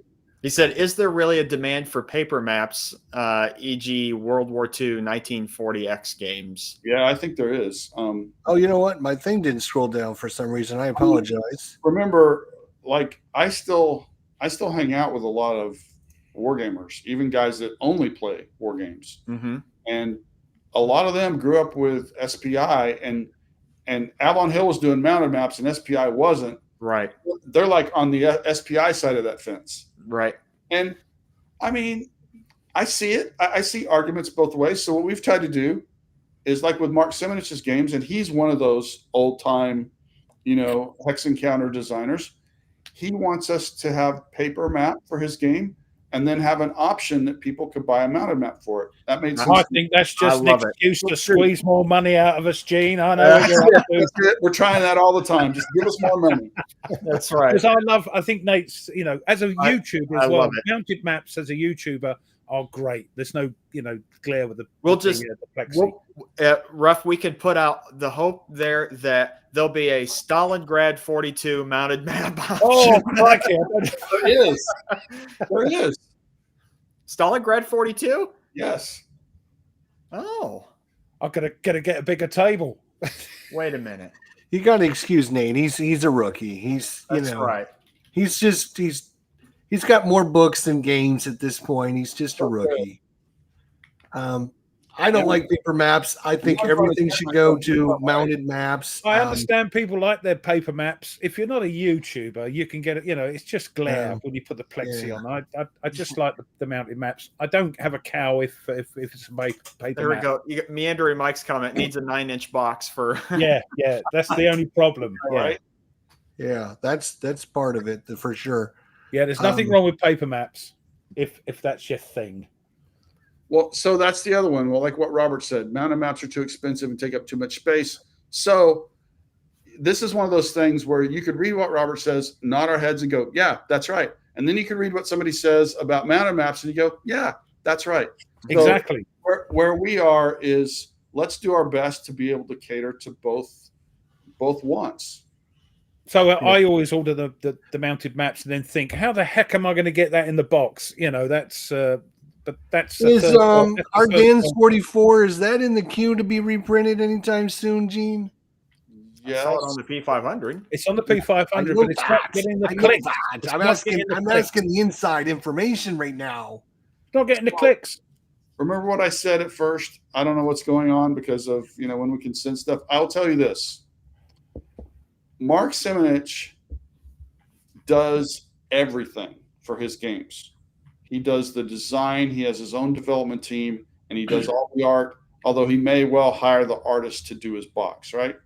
So when he comes to us and says, I've got a game ready for P500, what he really means is, if you can sell enough of these in the short term to make it worth your while to send it to the printer, it's ready to go to the printer right now.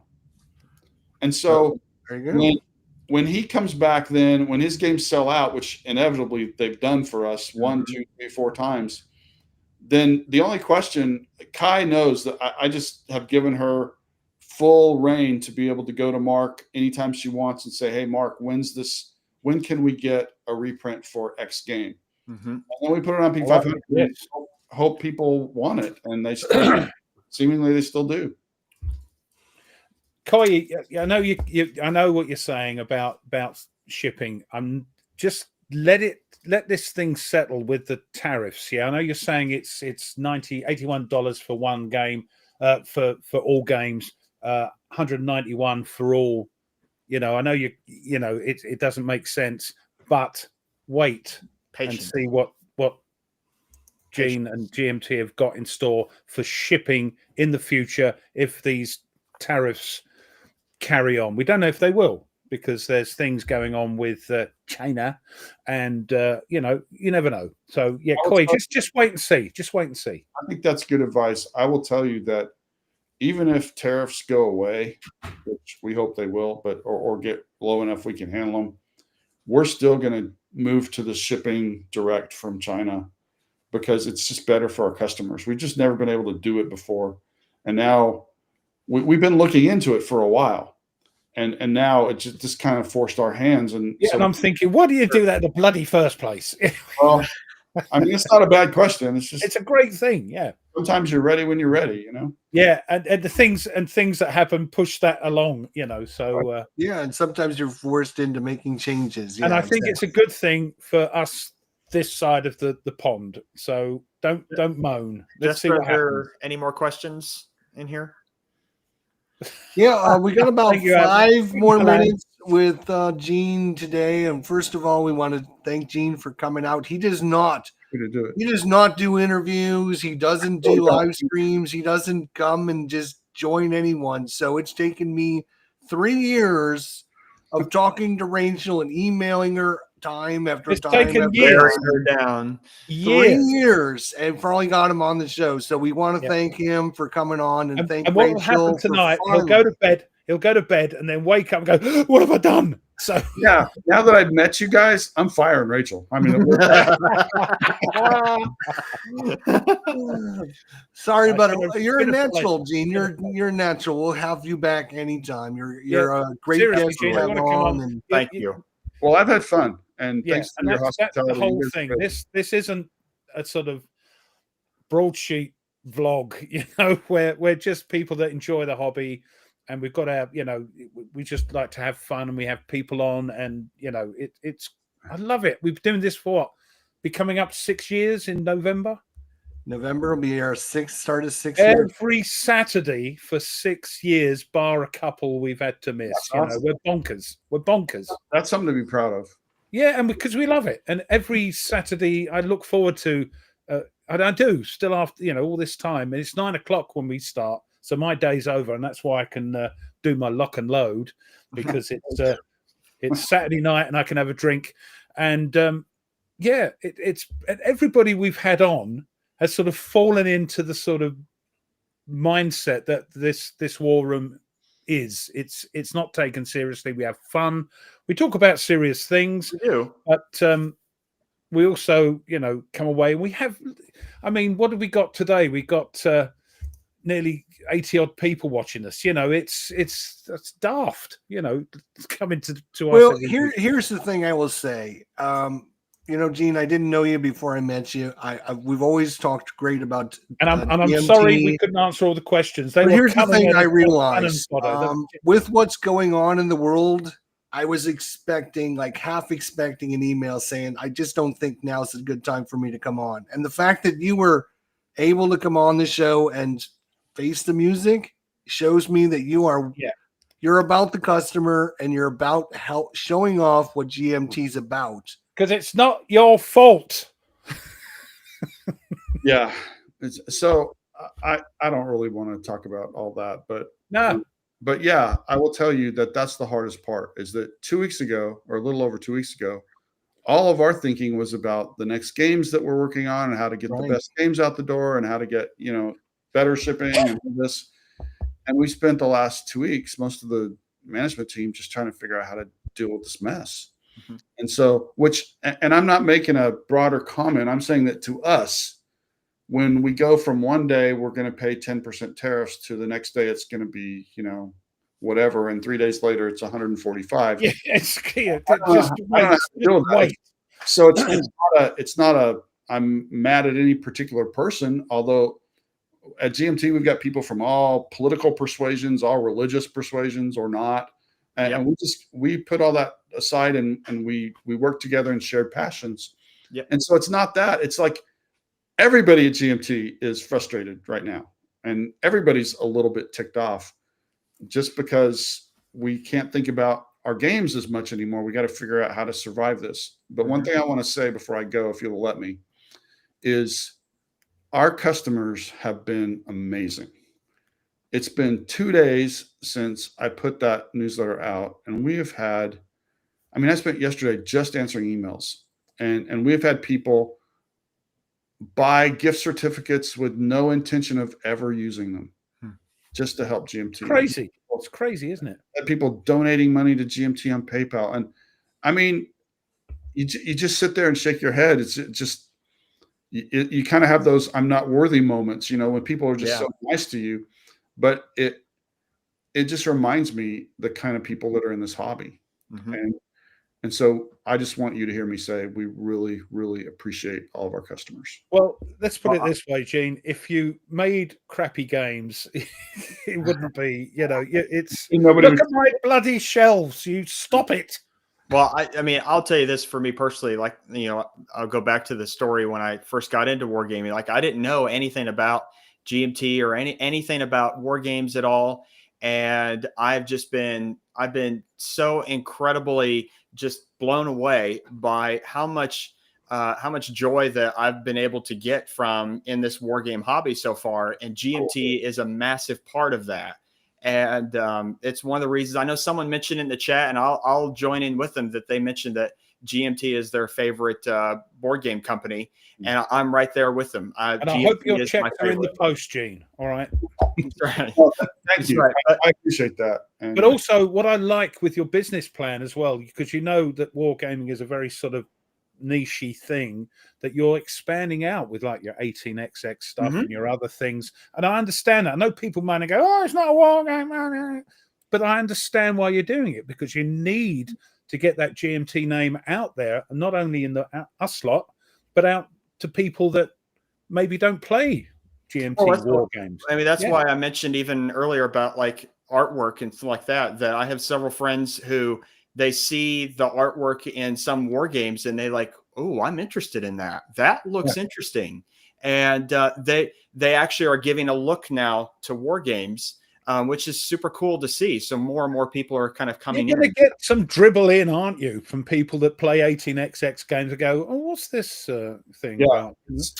Well, here's the thing. Unfortunately, we've got 2 hours in, and we're going to have to start winding things down. But here's the important part. Gene has never done a show before, so now he's ours, and no one else can have him. No one else gets him. So he's now officially part of the War Room. Yeah, so I'm there sorry. you go. Don't let Dan and Ardy get you on No, their show. yeah, you're going to be on that show for sure. You're ours. All the Whiskey Charlie guys. Player Aid. You never heard of the Players Aid before. They are nobody. Oh. I'll tell you everyone, thank you so much. Thank you for showing up today. We do appreciate it. Showing Gene some love, showing GMT some love. Yeah. Yep. We have the best chats. We do. We Gene. do. We talked about that ahead of time. We told you everything would be cool, and everyone is very reasonable. Let's just put it that way. Let's say they love the show, and we're grateful for that. They come every week, and we get new people coming every week. And if you said hello, I think one of the I've not seen before, Megamix, hello, thanks for putting your chat in. It does my mind boggles that every week we get sort of between 70 and 100 people watching us, and it's like, wow. It's great. So thank you, Gene. We're honored you're on our show. Well, we do want to, wish everyone well, and thank you, for coming, everyone. And we really like all the great comments and questions that we've got today. It's been great. As I say, we love you all, and there is nothing you can do about it. And don't forget as well, Happy Easter, everyone. Yes, Happy Easter. Happy Easter. Next week's show will be on Rub's channel. Yep. And then Nate, you haven't had a turn in a while. Do you want to come up with the subject for next week? Sure. Okay. Oh, okay. Is it Nate's? Fine. Yeah, because we kind of skipped Nate because we had Mark on and then we had Gene on. So yep. Wait, you mean I'm not one of the? Now it's not four of us. I'm not one of the. I don't know if you could put up with this every Saturday. Gene, Rachel wouldn't let you come on every week. Never would. I tell you what, we'll have Rachel on next time, and we'll find out the real good information. Oh, Rachel, a good interview. But remember, Gene, you started the show, and you got to finish it. Everyone, have a great week. Have a happy Easter. We'll see you on Rub's channel next week. Everyone, take care. Bye-bye, everyone. God bless. We'll see you soon. Happy Easter.